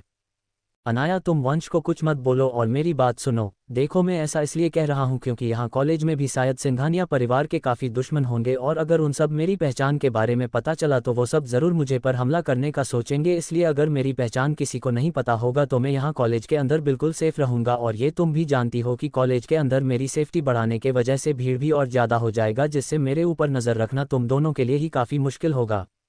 सूर्या कहता है। सूर्या किसी न किसी तरह से अनाया को मना लेता है। अनाया तो पूरी तरह से भूल ही चुकी होती हैं कि वो उससे नाराज़ थी, वो सूर्या के गले लग जाती हैं। सूर्या भले ही तुम्हारी पहचान यहाँ किसी को ना पता हो पर फिर भी मैं तुम्हारा हमेशा ख्याल रखूंगी, अनाया कहती है। सूर्या उसका सिर सहलाता है। ये भी ना एक नंबर की भुल्लड़कर हैं, कुछ देर पहले मुझसे नाराज़ थी पर अब मुझ पे इनको इतना प्यार आ रहा है। सूर्या खुद से ही मन में कहता है। ठीक है अब तुम वंश के साथ जाओ, उसने तुम्हारे लिए एक अच्छा सा फ्लैट खरीद लिया है और मैं भी उसमें तुम्हारे साथ ही रहूंगा पर कभी कभी, ठीक है? चलो अब जाकर अपने कपड़े बदल कर जल्दी से वापस यहाँ यूनिवर्सिटी में आ जाना, मैं तुम दोनों का वेट करूंगा, सूर्या कहता है। अनाया बिल्कुल अच्छी बच्ची की तरह सूर्या की बात सुनती हैं। ठीक है, मैं यूं गई और यूं आई, तुम बस मेरा इंतज़ार करना, मैं जल्दी आ जाऊंगी, अनाया कहती हैं और वो वंश के साथ निकल जाती हैं अपने फ्लैट के लिए। सूर्या भी अपने कपड़ों को देखता है और अनाया की बात पे गौर करता है। हम शायद मुझे कुछ अच्छे कपड़े पहन लेना चाहिए, वैसे भी कई सालों से गरीबों की ही जिंदगी जी रहा था मैं तो। और हाँ, मुझे नकुल और रोहन को भी सरप्राइज देना है, देखते हैं उन दोनों को मेरा गिफ्ट पसंद आएगा या नहीं, सूर्या कहता है और एक तिरछी स्माइल करता है। उसके दिमाग में कुछ खुराफात चलने लगता है। सूर्या अपने कपड़े बदलता है, वो वाइट कलर की पतली सी हाफ टी शर्ट और उसके ऊपर से ब्लू डेनिम कैरी कर लेता है, नीचे पेंट और शूज में भी वो मैचिंग कलर के जीन्स और शूज पहन लेता है, गले में एक पतली सी चैन और हाथ में काफ़ी एक्सपेंसिव वॉच भी कैरी कर लेता है। वो अब कहीं से भी पहले वाला सूर्या नहीं लग रहा था। सूर्या अपने पॉकेट से एक ब्लैक गॉगल्स निकालता है और अपने आंखों पे पहन लेता है, वो अपने बाल भी जेल से पीछे की तरफ सेट कर लेता है। सूर्या अपना बैग उठाता है और अपने क्लास के लिए निकल जाता है। अपने कैंपस से बाहर आने के बाद वो सीधा अपने क्लास की तरफ जाने लगता है। जाते वक्त कई लड़कियां सूर्या को ही देख रही थी। सूर्या इस लुक में बहुत ज़्यादा हैंडसम और कूल लग रहा था। कई लड़कियां तो आपस में बात भी करने लगती हैं, यार ये कितना हॉट है यार, बस ये मुझे एक बार मिल जाए। हाँ ये सच में काफ़ी हॉट और हैंडसम है, पर ये शायद हमारे कॉलेज में नया आया है ऐसा लगता है, तो अच्छा ही है ना, अगर ये हमारे कॉलेज में नया है तो मैं तो पूरी लाइन मारूंगी इस पर। वो लड़कियां बातें करती हैं। सूर्या इन सब से अनजान नहीं था, वो जल्दी से अपने क्लास के पास पहुंच जाता है। वहां पहुंचने के बाद वो देखता है उसके क्लास के बाहर कई सारी लड़कियां क्लास के दरवाजे को पूरी तरह घेर कर खड़ी हुई थी। कई लड़के अंदर जाने की कोशिश कर रहे थे पर वो लड़कियां थी कि किसी को भी अंदर जाने का नाम भी नहीं लेने देने रही थी। उस ग्रुप में से सबसे आगे एक लड़की खड़ी हुई थी जिसका नाम जीविका चौहान था। तुम लड़कों को समझ नहीं आ रहा क्या कि हम किसी का वेट कर रहे हैं, जब तक वो लड़का यहाँ नहीं आएगा तब तक तुम सबको अंदर जाने का कोई चांस ही नहीं है, और ज़्यादा उछल कूद करने की कोशिश किसी ने की तो देख लेना फिर तुम्हारे साथ क्या होगा, जीविका कहती हैं। असल में जीविका नकुल की बहन होती हैं। जीविका भले ही नकुल से छोटी होती हैं पर उसके पापा जीविका को ही ज़्यादा राइट्स और पावर्स दिए हुए थे, जिसके वजह से नकुल भी अपना मुंह अपने छोटी और प्यारी बहन के सामने खोलने से पहले 10 बार सोचता था। सब लड़के जीविका की वार्निंग सुनकर बस वहीं पे खड़े हो जाते हैं और उस लड़के के आने का इंतज़ार करने लगते जिसका इंतज़ार वो लड़कियां कर रही थी। सूर्या ये सब तमाशा देख लेता है। जीविका उसी यूनिवर्सिटी के सेकंड बिल्डिंग में पढ़ती थी और सूर्या फर्स्ट बिल्डिंग में पता था। जब जीविका को खबर मिलती है कि एक बहुत हैंडसम लड़का इस यूनिवर्सिटी में आया है तो वो जल्दी से फर्स्ट बिल्डिंग में आ जाती हैं उस लड़के को देखने के लिए। हालांकि अपने बिल्डिंग से दूसरे बिल्डिंग में जाना सख्त मना था पर जीविका को रोकने की हिम्मत लगभग शायद किसी में नहीं था।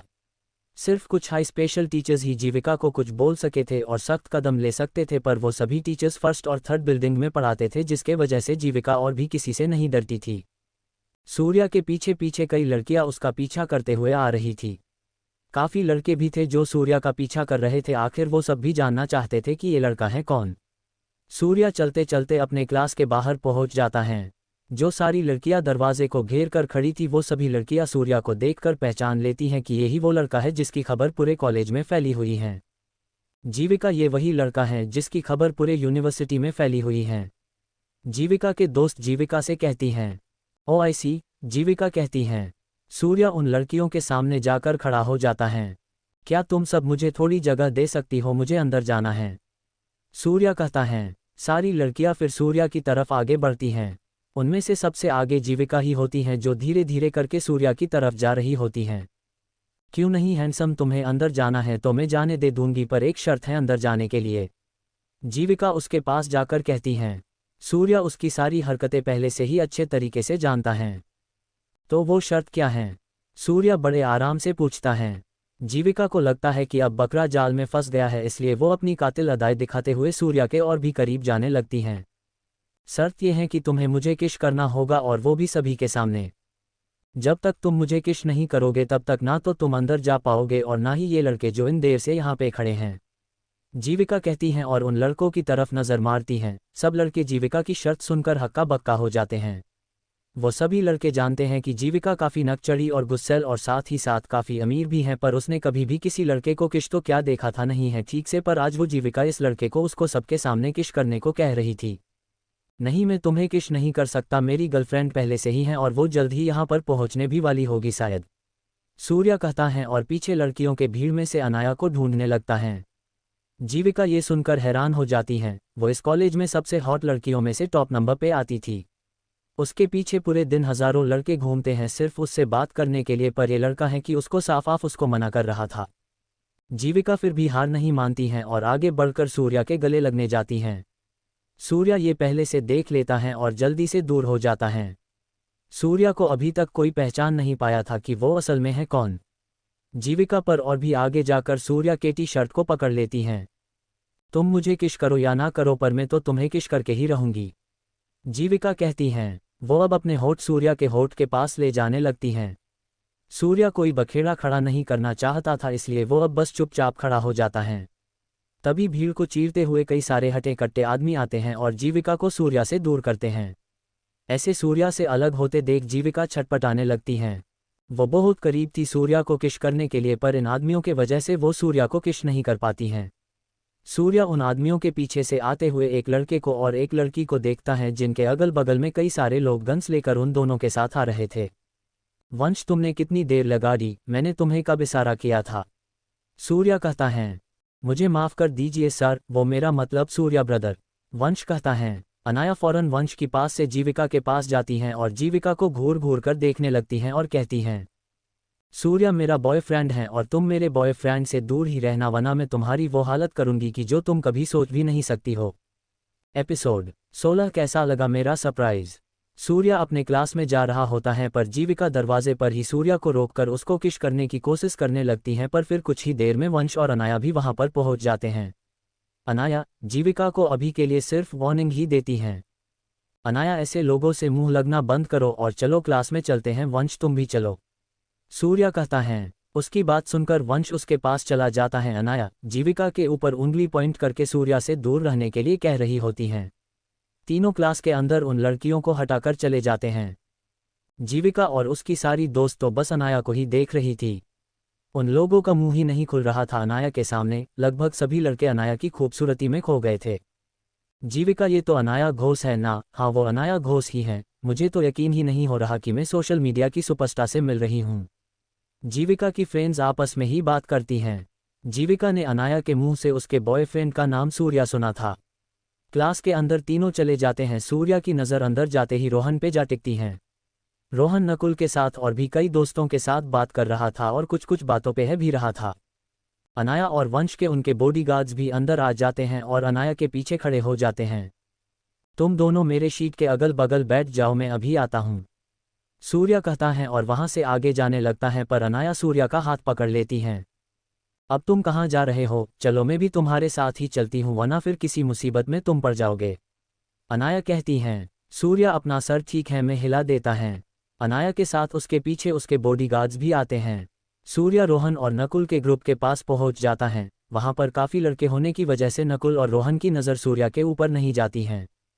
सूर्या आगे जाकर रोहन के कंधे पे हाथ रखता है और उसको मुस्कुरा के देखने लगता है। जब रोहन देखता है कि उसके कंधे पे किसी ने अपना हाथ रखा है तो वो घूमकर देखता है। कौन है? रोहन बिना पीछे घूमकर देखे बिना कहता है। रोहन, देख तो सही कौन है, क्यों पहचाना नहीं क्या तूने मुझे? सूर्या बड़े मस्त अंदाज में रोहन से पूछता है। और तू ये बता, तूने कोई अच्छी नौकरी करनी शुरू कर दी है क्या? इतना महंगा कपड़ा पहना हुआ है? सूर्या कहता है। सूर्या के बात करने के तरीके से रोहन पहचान लेता है कि ये कोई और नहीं सूर्या ही हैं। रोहन उसको अपने सामने सही सलामत और जिंदा देख उसका गला सूख जाता है और वो कुछ भी बोलने की हालत में नहीं होता है। नकुल भी सूर्या को जिंदा देखकर हैरान होता है। सूर्या जिंदा कैसे हैं? इसको तो मेरे लड़कों ने मेरे सामने जान से मारा था और तालाब में भी तो फेंक दिया था, तो ये अभी तक जिंदा कैसे हैं? ये हो कैसे सकता है? नकुल मन ही मन कहता है। अब उसका गाला भी सूखने लगता है। सूर्या उन दोनों का ऐसा चेहरा देख बहुत खुश होता है। तभी अनाया आगे आती हैं और सूर्या से पूछती हैं, सूर्या ये तुम्हारे फ्रेंड्स हैं क्या? मुझे तो कभी मालूम ही नहीं था कि तुम्हारे यहाँ पर भी दोस्त होंगे। अनाया कहती हैं, यस डी, ये दोनों मेरे बहुत अच्छे दोस्त हैं। ये दोनों मेरे इतने ज़्यादा अच्छे दोस्त हैं कि ये दोनों ही मेरे लिए अपनी जान तक दे सकते हैं। क्यों नकुल, मैंने सही कहा ना? सूर्या कहता है और नकुल से पूछता है। नकुल के मुंह से तो आवाज़ ही निकल नहीं रही थी। क्लास में जितने भी लड़के थे सभी की नज़र अनाया पे चली जाती हैं। वो सब एक पल भी अनाया को पहचानने में नहीं लगाते हैं। मिस अनाया, क्या आप मुझे अपना ऑटोग्राफ दे सकती है? मैं आपका बहुत बड़ा फ़ैन हूँ। अनाया मैम, मुझे भी प्लीज़ अपना ऑटोग्राफ दे दीजिए। मुझे भी मिस अनाया। कई सारे लड़के भागते हुए अनाया के पास उसका ऑटोग्राफ लेने के लिए आने लगते हैं, पर अनाया के बॉडीगार्ड्स पहले ही उन लोगों को सूर्या और अनाया तक पहुंचने से रोक देते हैं। सूर्या नकुल के कान के पास जाकर उसको धीरे से कहता है, नकुल भाई वो क्या है, मेरा इतने जल्दी मरने का मन नहीं था, इसलिए मैंने चलो मैं पुनर्जन्म ले लेता हूँ और देखो मैं आ गया। क्यों, कैसा लगा मेरा सरप्राइज? सूर्या कहता है। नकुल तो बस खड़ा होता है किसी पुतले की तरह, उसकी तो बिल्कुल भी हिम्मत नहीं हो रही थी आगे सूर्या से कुछ कहने की। सूर्या रोहन के कान के पास भी जाता है। I am back my friend, Surya कहता है और पीछे अनाया के पास आ जाता है। सूर्या तो बस अब जल्दी से जल्दी उन दोनों को सजा देना चाहता था, पर वो खुद पर काबू करके सही वक्त को लाने का प्लान बनाता है। दरवाजे के बाहर से तेजी में जीविका अंदर आती हैं और सारे लड़कों को पीछे छोड़कर सूर्या के पास जा पहुंचती हैं। सूर्या के पास पहुंचने से पहले ही कई बॉडीगार्ड्स जीविका को रोक देते हैं, जिसके वजह से वो आगे नहीं जा पाती हैं। सूर्या, तुम एक बहुत बड़े सच से वाकिफ नहीं हो, मुझे तुमसे वो सच कहना, इसलिए तुम मुझसे सिर्फ 5 मिनट के लिए बात कर लो, इससे ज़्यादा मैं तुम्हारा समय नहीं लूंगी। जीविका कहती हैं। सूर्या सोचता है पर वो जीविका की हरकतों से वाकिफ था, इसलिए वो उसको इग्नोर कर देता है। बॉडीगार्ड्स जीविका को खींचकर बाहर ले जाते हैं। सूर्या और अनाया दोनों आजू बाजू में बैठ जाते हैं। क्लास के टाइम होते ही प्रोफेसर्स भी क्लास में आते हैं और पढ़ाते हैं। वंश को प्रोफेसर की बात बिल्कुल भी समझ नहीं आ रहा था। वैसे तो उसने काफ़ी ज़्यादा पढ़ाई कर रखी थी और डिग्री भी ले रखी थी, पर वो था तो पैसे से एक गैंगस्टर ही, इसलिए उसके दिमाग में कुछ भी नहीं घुस रहा था। इसी बीच नकुल और रोहन बार बार सूर्या को ही देख रहे थे और ये सोच रहे थे कि आखिर सूर्या जिंदा कैसे हो सकता है। रोहन और नकुल दोनों इशारों में बात करते हैं। नकुल अपने सारे लड़कों को भी इशारे करता है, उसके सारे लड़के नकुल का ये इशारा समझ जाते हैं। लगभग 2 घंटे बाद प्रोफेसर की क्लास खत्म हो जाती है और अब कंपटीशन का समय हो चुका था। समय होने के बाद भी कई लड़के और लड़कियां क्लास से बाहर नहीं जाते हैं, वो सब बस सूर्या और अनाया को ही देख रहे थे। अनाया स्टार हैं, इसलिए कई सारे लोग उससे मिलना चाहते थे। कई रोमियो तो अनाया का नाम अपने दिल वाली जगह पर लिखकर घूम रहे थे। चलो अब कंपटीशन का समय हो गया है, मैंने भी पार्टिसिपेट किया है, क्या तुम मेरा गेम देखना चाहोगी? सूर्या कहता है। अनाया उसकी बात सुनकर तुरंत कहती हैं, हाँ मुझे भी देखना है कि इस कॉलेज में कैसा और किस तरह के कंपटीशन होता है, और मैं तो तुम्हें खेलते हुए ज़्यादा देखूंगी। ज़रा मैं भी तो देखूं मेरे मिस्टर फियोन्स आखिर खेलते कैसा हैं। एपिसोड 17 नाकू का हुआ बुरा हाल। जब क्लास खत्म हो जाती है तो सूर्या, वंश और अनाया तीनों क्लास से बाहर निकल आते हैं और उस जगह जाते हैं जहां पर कंपटीशन शुरू होने वाला था। अनाया के बॉडीगार्ड्स बीच में आने वाले सभी लड़के और लड़कियों को हटाते जा रहे थे।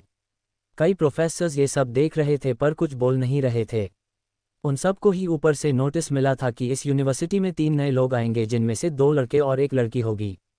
ऊपर से नोटिस आने की वजह से वो सभी कुछ नहीं कर सकते थे और उन सभी को तीनों का नाम भी बता दिया गया था, पर यूनिवर्सिटी में सिर्फ 2 ही लोग आए थे, 1 लड़का था और 1 लड़की थी।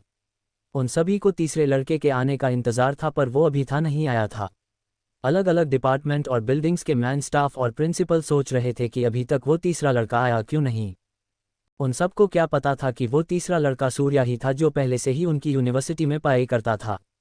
नकुल के साथ उसकी गर्लफ्रेंड थी और रोहन के साथ उसकी गर्लफ्रेंड। सभी ग्राउंड में थे और स्टेज के ऊपर पूरे यूनिवर्सिटी के प्रिंसिपल्स मौजूद थे। प्रिंसिपल अजय मिश्रा मिच को पकड़ते हुए आगे आते हैं। आप सभी को मैं सबसे पहले ये बताना चाहूँगा कि आज वो दिन आया है जो हर साल में सिर्फ एक बार ही आता है, पर यह दिन यूनिवर्सिटी का सबसे बड़ा और यादगार दिन होता है। तो जैसा कि लगभग आप सभी मुझको जानते ही होंगे और जो सब मुझे नहीं जानते हैं उन सभी को मैं अपने बारे में बताता हूँ। मैं इस यूनिवर्सिटी के पहले बिल्डिंग का मैन हेड प्रिंसिपल हूँ और मेरा नाम अजय मिश्रा है। आप सभी का ये मैन इवेंट अगले 1 घंटे में ही स्टार्ट होने वाला है, इसलिए आप सभी अपने नामों के लिस्ट के हिसाब से अपने अपने नाम देखकर उस कंपटीशन में जा सकते हैं। अजय मिश्रा कहते हैं। अजय मिश्रा आगे इवेंट्स के टाइम और जगह बताते हैं। उनके जाने के बाद दूसरे बिल्डिंग के प्रिंसिपल आते हैं और वो भी अपने बारे में स्टूडेंट्स को अपना इंट्रो देते हैं। ऐसे ही बाकी बिल्डिंग के प्रिंसिपल्स भी एक एक करके आते हैं और मिच में इन्फॉर्मेशन देकर चले जाते हैं। जो सब लड़के और लड़कियां कंपटीशन में भाग लिए होते हैं वो सब अपनी अपनी जगह पे इवेंट्स के हिसाब से चले जाते हैं। अनाया, मेरा रेसिंग कंपटीशन उधर उस रेसिंग ट्रैक पर है, मैं रेडी होकर आता हूँ, तुम वहां पर पहुंचो, ठीक है? और वंश तुम भी वहीं पर मुझे मिलना।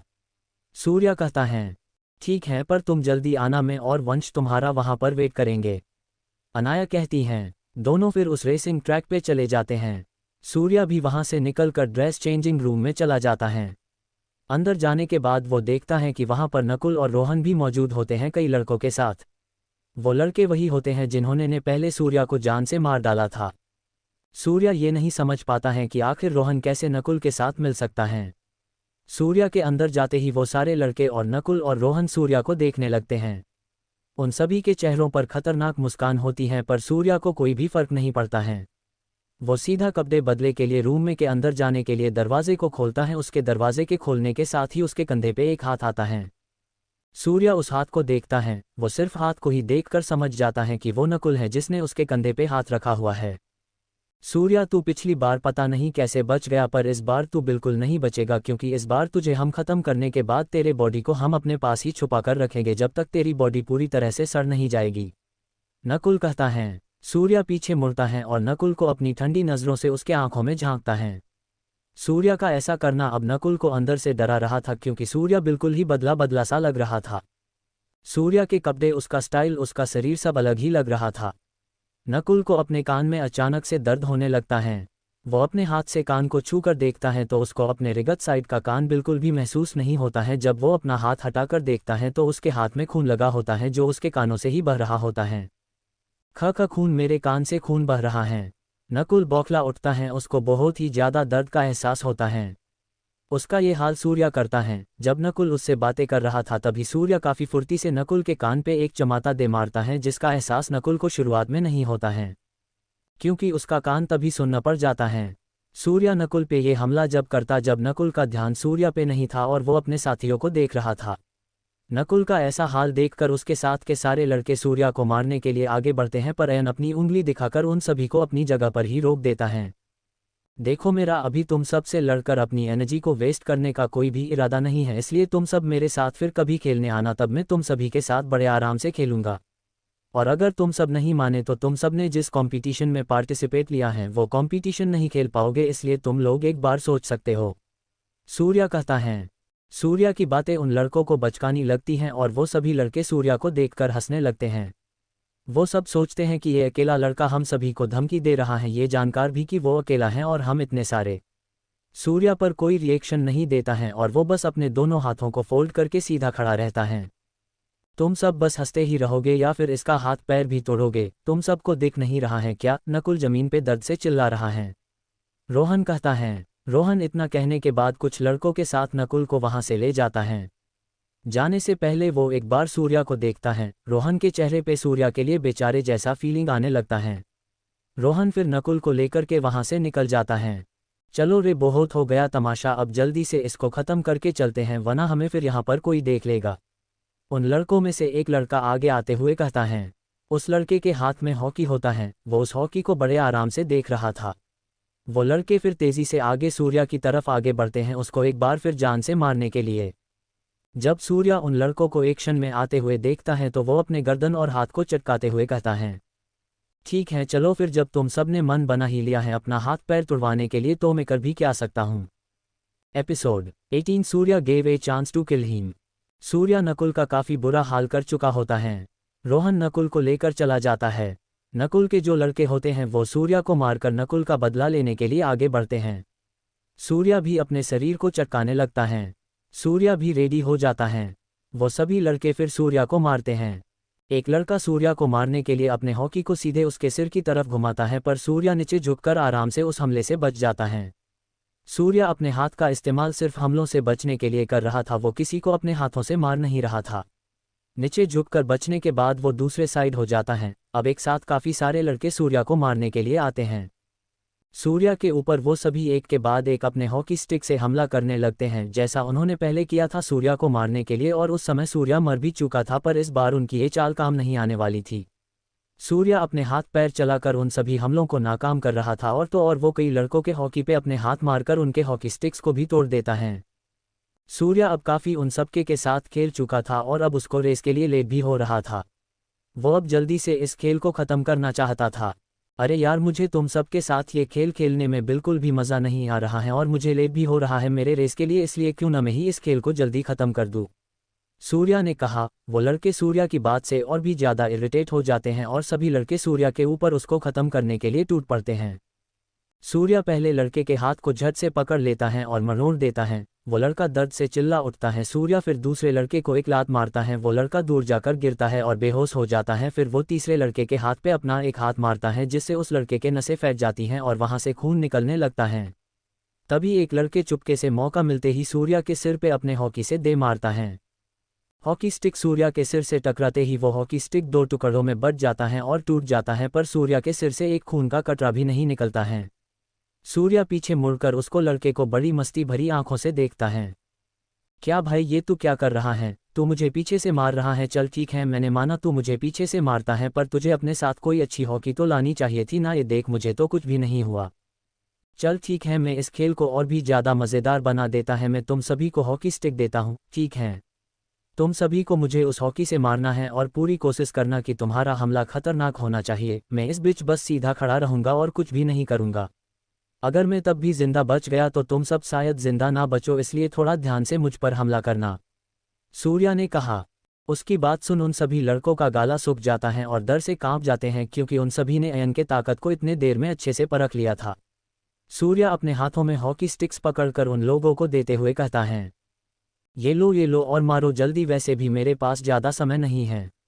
और इतना उदास सा चेहरा मत बनाओ, देखो मैंने तुम सभी को कितना अच्छा चांस दिया है मुझे ख़त्म करने का, और सोचो मत और जल्दी से मुझे मारना शुरू करो, सूर्या ने कहा। वो सभी लड़के हॉकी को उठा लेते हैं और बिना कोई देरी किए सूर्या पे हमला करने जाते हैं, क्योंकि उन्हें पता है अगर सूर्या का मूड स्विंग हो गया तो शायद ही कोई सूर्या की कहर से फिर वो सब बच पाएंगे।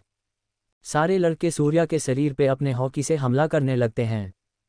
कई लड़कों के हॉकी टूट चुके थे। कोई सूर्या के सिर पे अपने हॉकी से मार रहा, तो कोई उसके बाजू पे, तो कोई उसके जांघ और उसके पैरों पे अपने हॉकी से मार रहा था, तो कोई उसके पेट और पीठ पे मार रहा था। सूर्या फिर भी बस आराम से सीधा खड़ा था, उसको कुछ ज़्यादा फर्क नहीं पड़ रहा था। जब लगभग सभी के हॉकी टूट चुके होते हैं तो उनमें से एक लड़का सूर्या के दोनों पैरों के बीच में अपने हॉकी से मारने की कोशिश करता है। ये देख झट से सूर्या अपना हाथ आगे लाता है और उस हॉकी को पकड़ लेता है।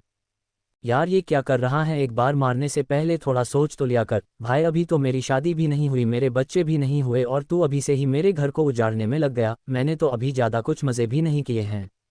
खैर छोड़ो इन बातों को, अब वैसे भी मेरी बारी है तो मैं शुरू हो जाता हूँ, सूर्या ने कहा। वो उस हॉकी को पकड़कर अब उल्टा उन लड़कों पे ही बरसाने लगता है।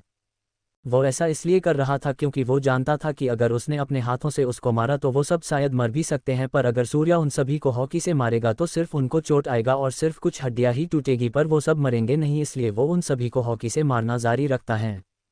सूर्या उन लड़कों को कुछ ही देर में मार मार कर बुरा हाल कर देता है। सूर्या के हाथ में जो हॉकी होता है वो भी अब टूट चुका होता है। वो सभी लड़के दर्द से अलग अलग जानवरों की तरह आवाज़ निकाल रहे थे। कोई अपनी मम्मी को याद करता, तो कोई अपने पापा को, तो कोई अपनी गर्लफ्रेंड को याद करता, तो कोई होने वाली अपनी वाइफ को। उन सभी की इस हरकत से सूर्या को हंसी आ जाती है। वो जल्दी से टाइम देखता है और कपड़े चेंज करके रेसिंग ट्रैक के लिए निकल जाता है। वहां पहुंचने के बाद वो देखता है कि रेसिंग ट्रैक के अगल बगल बहुत ही ज़्यादा भीड़ थी और वो सब अलग अलग प्लेयर्स के नाम लेकर चिल्ला भी रहे थे और उनको चीयर भी कर रहे थे। सूर्या जल्दी से रेसिंग ट्रैक पे पहुंच जाता है, जहां पे रोहन और बाकी के प्लेयर्स पहले से ही मौजूद थे। अनाया और वंश सूर्या को वहां पे देख वो दोनों भी उसके लिए आवाज़ लगाना शुरू कर देते हैं। सूर्या सूर्या सूर्या सूर्या, वो मुझे पता है तुम ही जीतोगे, मुझे तुम पर पूरा भरोसा है। Episode 19 the audience is in full swing. Surya उन सभी लड़कों को अच्छा सबक सिखा देता है। सूर्या के रेसिंग ट्रैक पे आने के बाद और भी ज़्यादा शोर हो जाता है। कई सारे लोग अब सूर्या के लिए भी चीयर करने लगते हैं। दूसरे तीसरे और बाकी बिल्डिंग्स के स्टूडेंट्स भी सूर्या को चीयर करते हैं। वो सब उसको जानते नहीं हैं, पर फिर भी वो सब सूर्या के लिए चीयर्स कर रहे होते हैं। बल्कि पहले बिल्डिंग्स के स्टूडेंट्स सूर्या के लिए चीयर नहीं कर रहे थे। वो सभी सूर्या को कुछ खास पसंद नहीं करते हैं, क्योंकि सूर्या गरीब हैं। वो सब बस सूर्या से अपना काम निकलवाते थे और उसको पैसे देकर भूल जाते थे। सूर्या, ये रेस तुम ही फिनिश करना, तुम सबसे बेस्ट हो सूर्या, हरा दो सबको। ये आवाज़ जीविका की होती हैं। जीविका भी सूर्या को चीयर करती हैं। जब से जीविका को पता चलता है कि सूर्या इतना ज़्यादा हैंडसम और कूल है, तब से जीविका सूर्या को पाने के लिए अब सब कुछ करने के लिए रेडी थी। उसने कई बार अपने भाई और बाकी स्टूडेंट्स से भी सूर्या के बारे में सुना था, पर उसको कभी देखी नहीं थी। सूर्या के कपड़े और उसके लुक से जीविका इतना तो समझ गई थी कि सूर्या के पास भी काफ़ी पैसा है। वो सूर्या को पाना चाहती हैं, पर अभी उसके बीच में सबसे बड़ी रुकावट अनाया है, जिसको वो किसी भी हालत में हटाना चाहती हैं। अनाया जीविका को भी सूर्या के लिए चीयर करते देख उसके दिमाग में जीविका के लिए गुस्सा बढ़ने लगता है। रोहन के लिए उसकी गर्लफ्रेंड चीयर नहीं कर रही थी। सूर्या इस बात को नोटिस कर लेता है। रोहन की गर्लफ्रेंड अनन्या वहाँ पे मौजूद तो होती हैं, पर वो किसी भी प्लेयर को सपोर्ट नहीं कर रही थी। ये बात सूर्या को कुछ अजीब लगती है, पर वो उधर ज़्यादा ध्यान ना देते हुए सिर्फ रेसिंग पे ही फोकस करता है। ये रेस मेरे 3 तक गिनती के साथ ही शुरू हो जाएगा। इस रेस के फिनिश लाइन पे आप सभी को एक एक रंग बिरंगा डंडा दिया जाएगा। आप सभी को उस डंडे को लेकर के इस रेसिंग ट्रैक के 2 लैप्स पूरे करने होंगे। हर एक लैप पूरा होने पे आपको भारी और वजनदार चीज़ें पहनने को दिया जाएगा, और वो वजन लैप के हिसाब से बढ़ता भी जाएगा। आखिर जो अपना डंडा लेकर उस भारी वजनदार चीज़ों के साथ फिनिश लाइन तक पहुंच जाता है, वो इस रेस का विजेता होगा। अगर किसी प्लेयर ने भी अपने हाथ से डंडे को गिराया तो वो रेस से जाएगा। इसलिए आप सभी को इस बात का भी ध्यान रखना पड़ेगा कि आप सभी के हाथ से वो डंडा किसी भी हालत में नीचे ना गिर सके। ठीक है ती, अब रेस को शुरू करते हैं, अनाउंसर कहता है। इतना कहने के बाद वो रेस को शुरू करता है। सभी प्लेयर्स अपनी पोजीशन ले लीजिए। Okay, get set. सब कुछ अनाउंस हो रहा होता है और प्लेयर्स अपनी पोजीशन लेकर रेडी भी हो जाते हैं। जब अनाउंसर आखिरी के 3 गिनती गिन रहा होता है और वहाँ पे देखने वाली सभी ऑडियंस भी गिनती फुल जोश से भरकर गिनने लगती है। 3, 2, 1, गो। गिनती के खत्म होते ही सारे खिलाड़ी अपनी सारी गति लगाकर भागना शुरू कर देते हैं। रोहन स्पोर्ट्स में अच्छा था, इसलिए वो एक के बाद एक खिलाड़ी को पीछे छोड़कर आगे बढ़ते जा रहे थे। उस रेस में कई अन्य कॉलेज से भी खिलाड़ी रेस में पार्टिसिपेट किए थे। बाकी कॉलेज के खिलाड़ी भी अपनी तेज गति से काफ़ी खिलाड़ी को पीछे छोड़कर आगे बढ़ते जा रहे थे। सूर्या अपनी ज़्यादा तेज़ी नहीं दिखा रहा था, क्योंकि वो रूल्स को अच्छे से समझ चुका था। जब उसके पास रंग बिरंगे डंडे आएंगे तो उसके साथ ही उसको वजनदार चीज़ें भी पहनने को मिलेगा, जिसके वजह से शायद वो थक भी सकता है। इसलिए वो अपनी एनर्जी को बचा रहा होता है। जबकि बाकी के खिलाड़ी ऐसा बिल्कुल भी नहीं सोच रहे थे। वो सब तो बस जल्दी से जल्दी रेस को ख़त्म करना चाहते थे। सूर्या को जब काफ़ी सारे खिलाड़ी पीछे छोड़ देते हैं तो ऑडियंस चिंता में पड़ जाती हैं। वो सोचने लगते हैं कि एन इतना पीछे कैसे हो गया। अनाया और जीविका को भी टेंशन होने लगता है।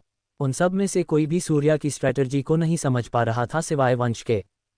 सूर्या सर, मुझे पता है शायद कि आप क्या करने का सोच रहे हैं। ये बिल्कुल सही है, आप अपनी एनर्जी बचा रहे हैं ताकि अगले लेप्स के लिए आप थके ना। आप सच में सर बहुत चालाक हैं, वंश मन ही मन खुद से कहता है। अब काफ़ी सारी ऑडियंस सूर्या को चीयर करना बंद कर देती हैं। वो सब अब रोहन को चीयर करने लगते हैं। बाकी कॉलेजों के टीचर, प्रिंसिपल्स भी रोहन का खेल देख रहे थे, पर उनके प्लेयर्स भी किसी से कम नहीं थे। रोहन अपना लेप स्टार्ट करने के लिए वो डंडा ले लेता है। कुछ लोग जल्दी जल्दी रोहन को उसके पैर में कुछ भारी लोहे के कवच जैसा पहनाने लगते हैं, और उसके हाथ में भी ऐसा ही कुछ पहनाते हैं। कई सारे खिलाड़ी जब वो डंडे लेकर अपने पहले लैप को पूरा करने के लिए निकल जाते हैं, तब जाकर सूर्या भी उस डंडे को ले लेता है और भारी भारी चीज़ें भी पहन लेता है। सूर्या जो टी शर्ट पहना होता है उसको वो भागते भागते ही उतार देता है और उसको फाड़कर अपने पीठ पे बांध लेता है। उसको पता है कि अगर ये डंडा नीचे गिरा तो वो हार सकता है, इसलिए वो पूरी सावधानी के साथ ही हर कदम ले रहा था। उस डंडे के बंध जाने के बाद वो अब असली खेल दिखाने के लिए रेडी हो जाता है। चलो बहुत हो गया टाइम पास, अब असली रेस कर लेता हूँ। वैसे भी मुझे ये वज़न कुछ खास भारी नहीं लग रहे हैं। अब खेल में अपने कदम से सबको हक्का बक्का करने का समय आ गया है, सूर्या ने कहा। सूर्या अब बिल्कुल सीरियस हो जाता है और अपना नया भागने का पोजीशन लेता है। वंश ये देख समझ जाता है कि अब सूर्या इस रेस में वापस आने वाला है। सूर्या अब अपने शरीर का 20% एनर्जी इस्तेमाल करता है और तेज़ी से भागना शुरू कर देता है। अब उसकी भागने की रफ्तार काफ़ी तेज़ हो चुकी होती है। वो अब एक एक कर सभी खिलाड़ियों को ओवरटेक करते हुए आगे बढ़ते जा रहा था। उसकी तेज़ी सभी कॉलेजों के प्रिंसिपल्स देख रहे थे। ये तो वही लड़का है जो अभी कुछ देर पहले सबसे पीछे था इस रेस में। हाँ, आपने बिल्कुल सही कहा, वो वही लड़का है। पर ये इतना तेज़ कैसे भाग रहा है? ये लड़का तो काफ़ी जल्दी कई खिलाड़ियों को पीछे छोड़कर आगे बढ़ते जा रहा है। हाँ, ये सोचने वाली बात है, जबकि इसने लोहे के वजनदार कवच भी पहने हुए। कई प्रिंसिपल्स और टीचर्स आपस में सूर्या के बारे में बातें करने लग जाते हैं। सूर्या को वापस रेस में आते देख एक बार फिर काफ़ी शोर होने लगता है। उन सभी को अब काफ़ी मज़ा आ रहा था ये रेस देखने में। सूर्या दिल्ली के काफ़ी ज़्यादा जाने माने कॉलेज में से एक कॉलेज के सबसे बड़े खिलाड़ी के पास पहुंच जाता है। वो लड़का सूर्या को अपने पास देख हैरान होता है और खुद से ही कहता है, ये तो वही लड़का है जो बहुत पीछे था, पर ये इतनी जल्दी यहाँ तक कैसे पहुंच गया? कहीं इस लड़के ने भी मेरे जैसा ही स्ट्रैटेजी तो नहीं बनाया था? देखने से तो बिल्कुल ऐसा ही लगता है। पर यह नामुमकिन है कि कोई इतने पीछे से इतने आगे तक पहुंच सके। आखिर ये खिलाड़ी कौन हो सकता है? एपिसोड 20 रेस का विनर। सूर्या काफ़ी जल्दी कई खिलाड़ियों को पीछे छोड़ आगे निकल जाता है। वो एक जाने माने और नामी कॉलेज के स्टूडेंट के साथ अब रेस कर रहा था। नितिन गोस्वामी अपने कॉलेज का नंबर 1 रेसर रह चुका है और उसने काफ़ी मेडल्स भी जीत रखे हैं। नितिन रेस में अपनी स्ट्रैटेजी के वजह से और हेल्थ के वजह से जाना जाता है, पर उसने ठीक अपने बराबरी का ही उस रेस में एक खिलाड़ी को देखा है जो कि खुद सूर्या ही हैं। सूर्या अब ठीक नितिन के बराबर ही आ चुका था और ठीक उसके बगल में ही दौड़ रहा था। नितिन ने सूर्या का चेहरा अच्छे से देखकर याद कर लिया और वो भी रेस में अपने पैर जमाने के लिए अपने भागने की रफ्तार बढ़ा देता है। सूर्या की नज़र भी अब नितिन पे चली जाती है। जब नितिन काफ़ी दूर तक सूर्या के साथ ही रहता है तो ये लड़का कौन है? मुझे अच्छी टक्कर दे रहा है, देखने से तो काफ़ी एनर्जेटिक प्लेयर लग रहा है। हाँ, सिर्फ मैं ही थोड़ी ना सबसे बेस्ट रहूँगा, मुझसे भी तो बेस्ट होंगे ही। सूर्या मन ही मन खुद से कहता है। नितिन भी काफ़ी शॉकड था क्योंकि नितिन अपनी काफ़ी जान लग रहा था, फिर भी सूर्या को पीछे नहीं कर पा रहा था। उन दोनों से ही कुछ दूर पे रोहन दौड़ रहा होता है और सेकंड लैप के काफ़ी करीब भी होता है। सूर्या और नितिन जल्द ही रोहन के करीब भी पहुंच जाते हैं। रोहन का बुरा हाल हो चुका था उस वजन के साथ भागते भागते। सूर्या इतनी जल्दी मेरे पास पहुंच गया और उसके साथ ये लड़का कौन है जो ठीक उसके बराबर ही भाग रहा है? मैं अब थक गया हूं, पर सूर्या को मुझसे जीतने तो बिल्कुल नहीं दूंगा। इतना सोच रोहन अब अपनी पूरी जान लगाकर अपनी स्पीड और भी बढ़ा देता है। रोहन उन दोनों से फिर से आगे हो जाता है और सेकंड लैप पे भी पहुंच जाता है। वहां पहुंचने के बाद उसके ऊपर और भी ज़्यादा वजन डाल दिया जाता है। उसके बाद रोहन अपना सेकंड लैप पे भागना शुरू कर देता है। उसका अब इतना ज़्यादा बुरा हाल हो गया था उन वजन के कारण कि वो अब काफ़ी धीमा भाग रहा था, जिसका फ़ायदा अब पीछे रहने वाले प्लेयर्स ले रहे थे। सूर्या और नितिन भी सेकंड लैप पे पहुंच जाते हैं। सेकंड लैप के वजन के वजह से कई प्लेयर्स अपने हाथ से डंडे को गिरा दे रहे थे और रेस से डिस्क्वालीफाई हो जा रहे थे। उस रेस में अब लगभग 30 के आसपास रेसर्स ही थे जो उसमें जमे हुए थे। नितिन की रफ्तार उन वजन के कारण धीमा हो चुका था, पर सूर्या की रफ्तार बिल्कुल वैसी की वैसी ही थी। सूर्या के एब्स अब टाइट होते जा रहे थे, उसके एब्स लड़कियों को पागल कर रहे थे। उसकी बॉडी धूप में पसीने की वजह से शाइन कर रही थी। देखने वाले सारे लोग जोर जोर से चिल्ला रहे थे और अपने अपने प्लेयर्स को सपोर्ट कर रहे थे। अब सिर्फ 5 खिलाड़ी ही सूर्या और नितिन से आगे थे और अब उन सभी को सिर्फ 100 मीटर ही कंप्लीट करना था।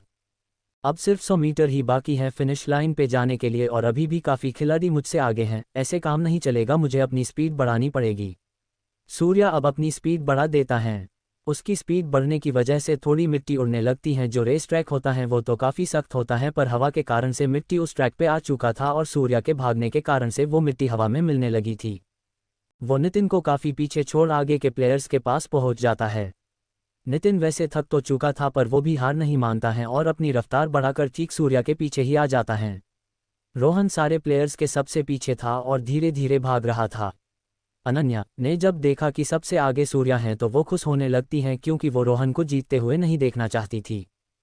फिनिश लाइन अब बस 10 मीटर की दूरी पर ही था। सूर्या अपने पीछे नितिन को देख अपनी स्पीड और भी ज़्यादा बढ़ा देता है और इसके साथ ही सूर्या उस रेस को जीत चुका होता है। रेस के फिनिश होते ही सूर्या रुक जाता है और अपने घुटनों पर हाथ रखकर हांफने लगता है। नितिन भी ठीक सूर्या के बगल में ही खड़ा होकर घुटनों पे हाथ रख हांफता है। इसके साथ ही रेस भी खत्म हो जाता है। ऑडियंस की आवाज़ अब पूरे उस ट्रैक पे गूंजने लगती है। सूर्या, लो पानी पियो और थोड़ा आराम करो। अनाया उसके पास आकर पानी का बोतल पास करते हुए कहती हैं। वंश भी उसके पास आकर खड़ा हो जाता है। आपने कमाल कर दिया रेस में, आपने काफ़ी अच्छी स्ट्रैटेजी का इस्तेमाल किया था रेस में। मैं आपकी स्ट्रैटेजी को स्टार्टिंग में ही समझ गया था। अनाया मैम को तो लग रहा था कि आप रेस हार जाओगे, पर मुझे तो पूरा यकीन था कि आप ही जीतोगे। वंश ने कहा। अनाया, मैं ये क्या सुन रहा हूँ, तुम्हें मुझ पे यकीन नहीं था कि मैं ये रेस जीतूंगा या फिर नहीं? मुझे तुमसे तो ये उम्मीद नहीं थी, सूर्या कहता है और अपना चेहरा दूसरी तरफ कर देता है। वो अनाया से नाराज़ होने का एक्टिंग करता है। अनाया उसको नाराज़ होता देख उसके पास जाती हैं। नहीं, वंश तो झूठ बोल रहा है, मुझे पूरा यकीन था कि तुम ही जीतोगे। अनाया अपनी नज़रों से वंश को घूरते हुए सूर्या से कहती हैं। वंश अपना चेहरा किसी और साइड करके सीटी बजाता है, ऐसा दिखाता है कि जैसे कुछ हुआ ही ना हो। अनाया उसको अभी भी नाराज़ देख उसके सीने से चिपक जाती हैं। सूर्या उसको ऐसा करते देख और एक्टिंग नहीं कर पाता है और वो अपने एक हाथ से अनाया को पकड़कर उसके चेहरे को ऊपर करता है।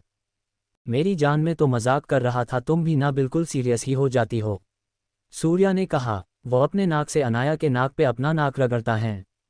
बेबी ये लो वाटर, तुमने काफ़ी अच्छा किया रेस में, नितिन की गर्लफ्रेंड मोना सेट्टी नितिन को पानी देते हुए कहती हैं। नितिन पानी ले लेता है। हाँ, पर इस बार रेस नहीं जीत पाया, इस बार मेरा लगता है काफ़ी अच्छे खिलाड़ी से मुकाबला था, नितिन ने कहा। मोना की नज़र सूर्या पे ही थी और वो उसके बॉडी को ही निहार रही थी। ऐसे मोना को किसी और लड़के को निहारता देख उसको उसके सपने से बाहर निकालते हुए कहता है। मोना, तुम सूर्या के तरफ अट्रैक्ट हो रही हो लगता है, नितिन ने कहा। मोना अपने होश में आ जाती हैं और वो कहती हैं, नहीं, वो बात नहीं है, मैं तो बस उसके आसपास के बॉडीगार्ड्स को देख रही थी, ऐसा लगता है कि वो शायद काफ़ी अमीर परिवार से हैं। मोना ने बात को बदलते हुए कहा। हाँ, तुम सही कह रही हो, मुझे भी ऐसा ही लग रहा है। चलो इस अमीरजादे से और आज के इस रेस के विनर से मिलकर आते हैं, नितिन ने कहा। वो और मोना दोनों उसके पास जाते हैं। अनाया के बॉडीगार्ड्स उन दोनों को बीच में ही रोक लेते हैं। ये देख सूर्या ने कहा, आने दो उनको। उसकी बात सुन बॉडीगार्ड्स आने के लिए दे देते हैं।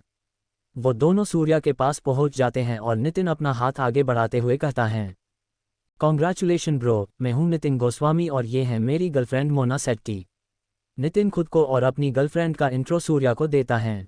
वंश उन दोनों का नाम जानकर परेशान हो जाता है और वो सूर्या के पास जाकर उसके कान में कहता है, सूर्या सर, आप अपना सरनेम और अनाया मैम का सरनेम उन दोनों को मत बताइए। सूर्या उसकी बात पे उससे पूछता है, पर क्यों वंश? तो दोस्तों, आखिर कहानी में आगे क्या होगा, यह जानने के लिए इस स्टोरी को सुनते रहिए सिर्फ और सिर्फ वीके नॉवल स्टोरी 2.0 चैनल पर। और अगर कहानी आप सभी को पसंद आए तो वीडियो को लाइक, कमेंट और शेयर जरूर करें। आपके एक कमेंट और लाइक से हमें स्टोरी वीडियो बनाने के लिए मोटिवेट मिलता है। धन्यवाद।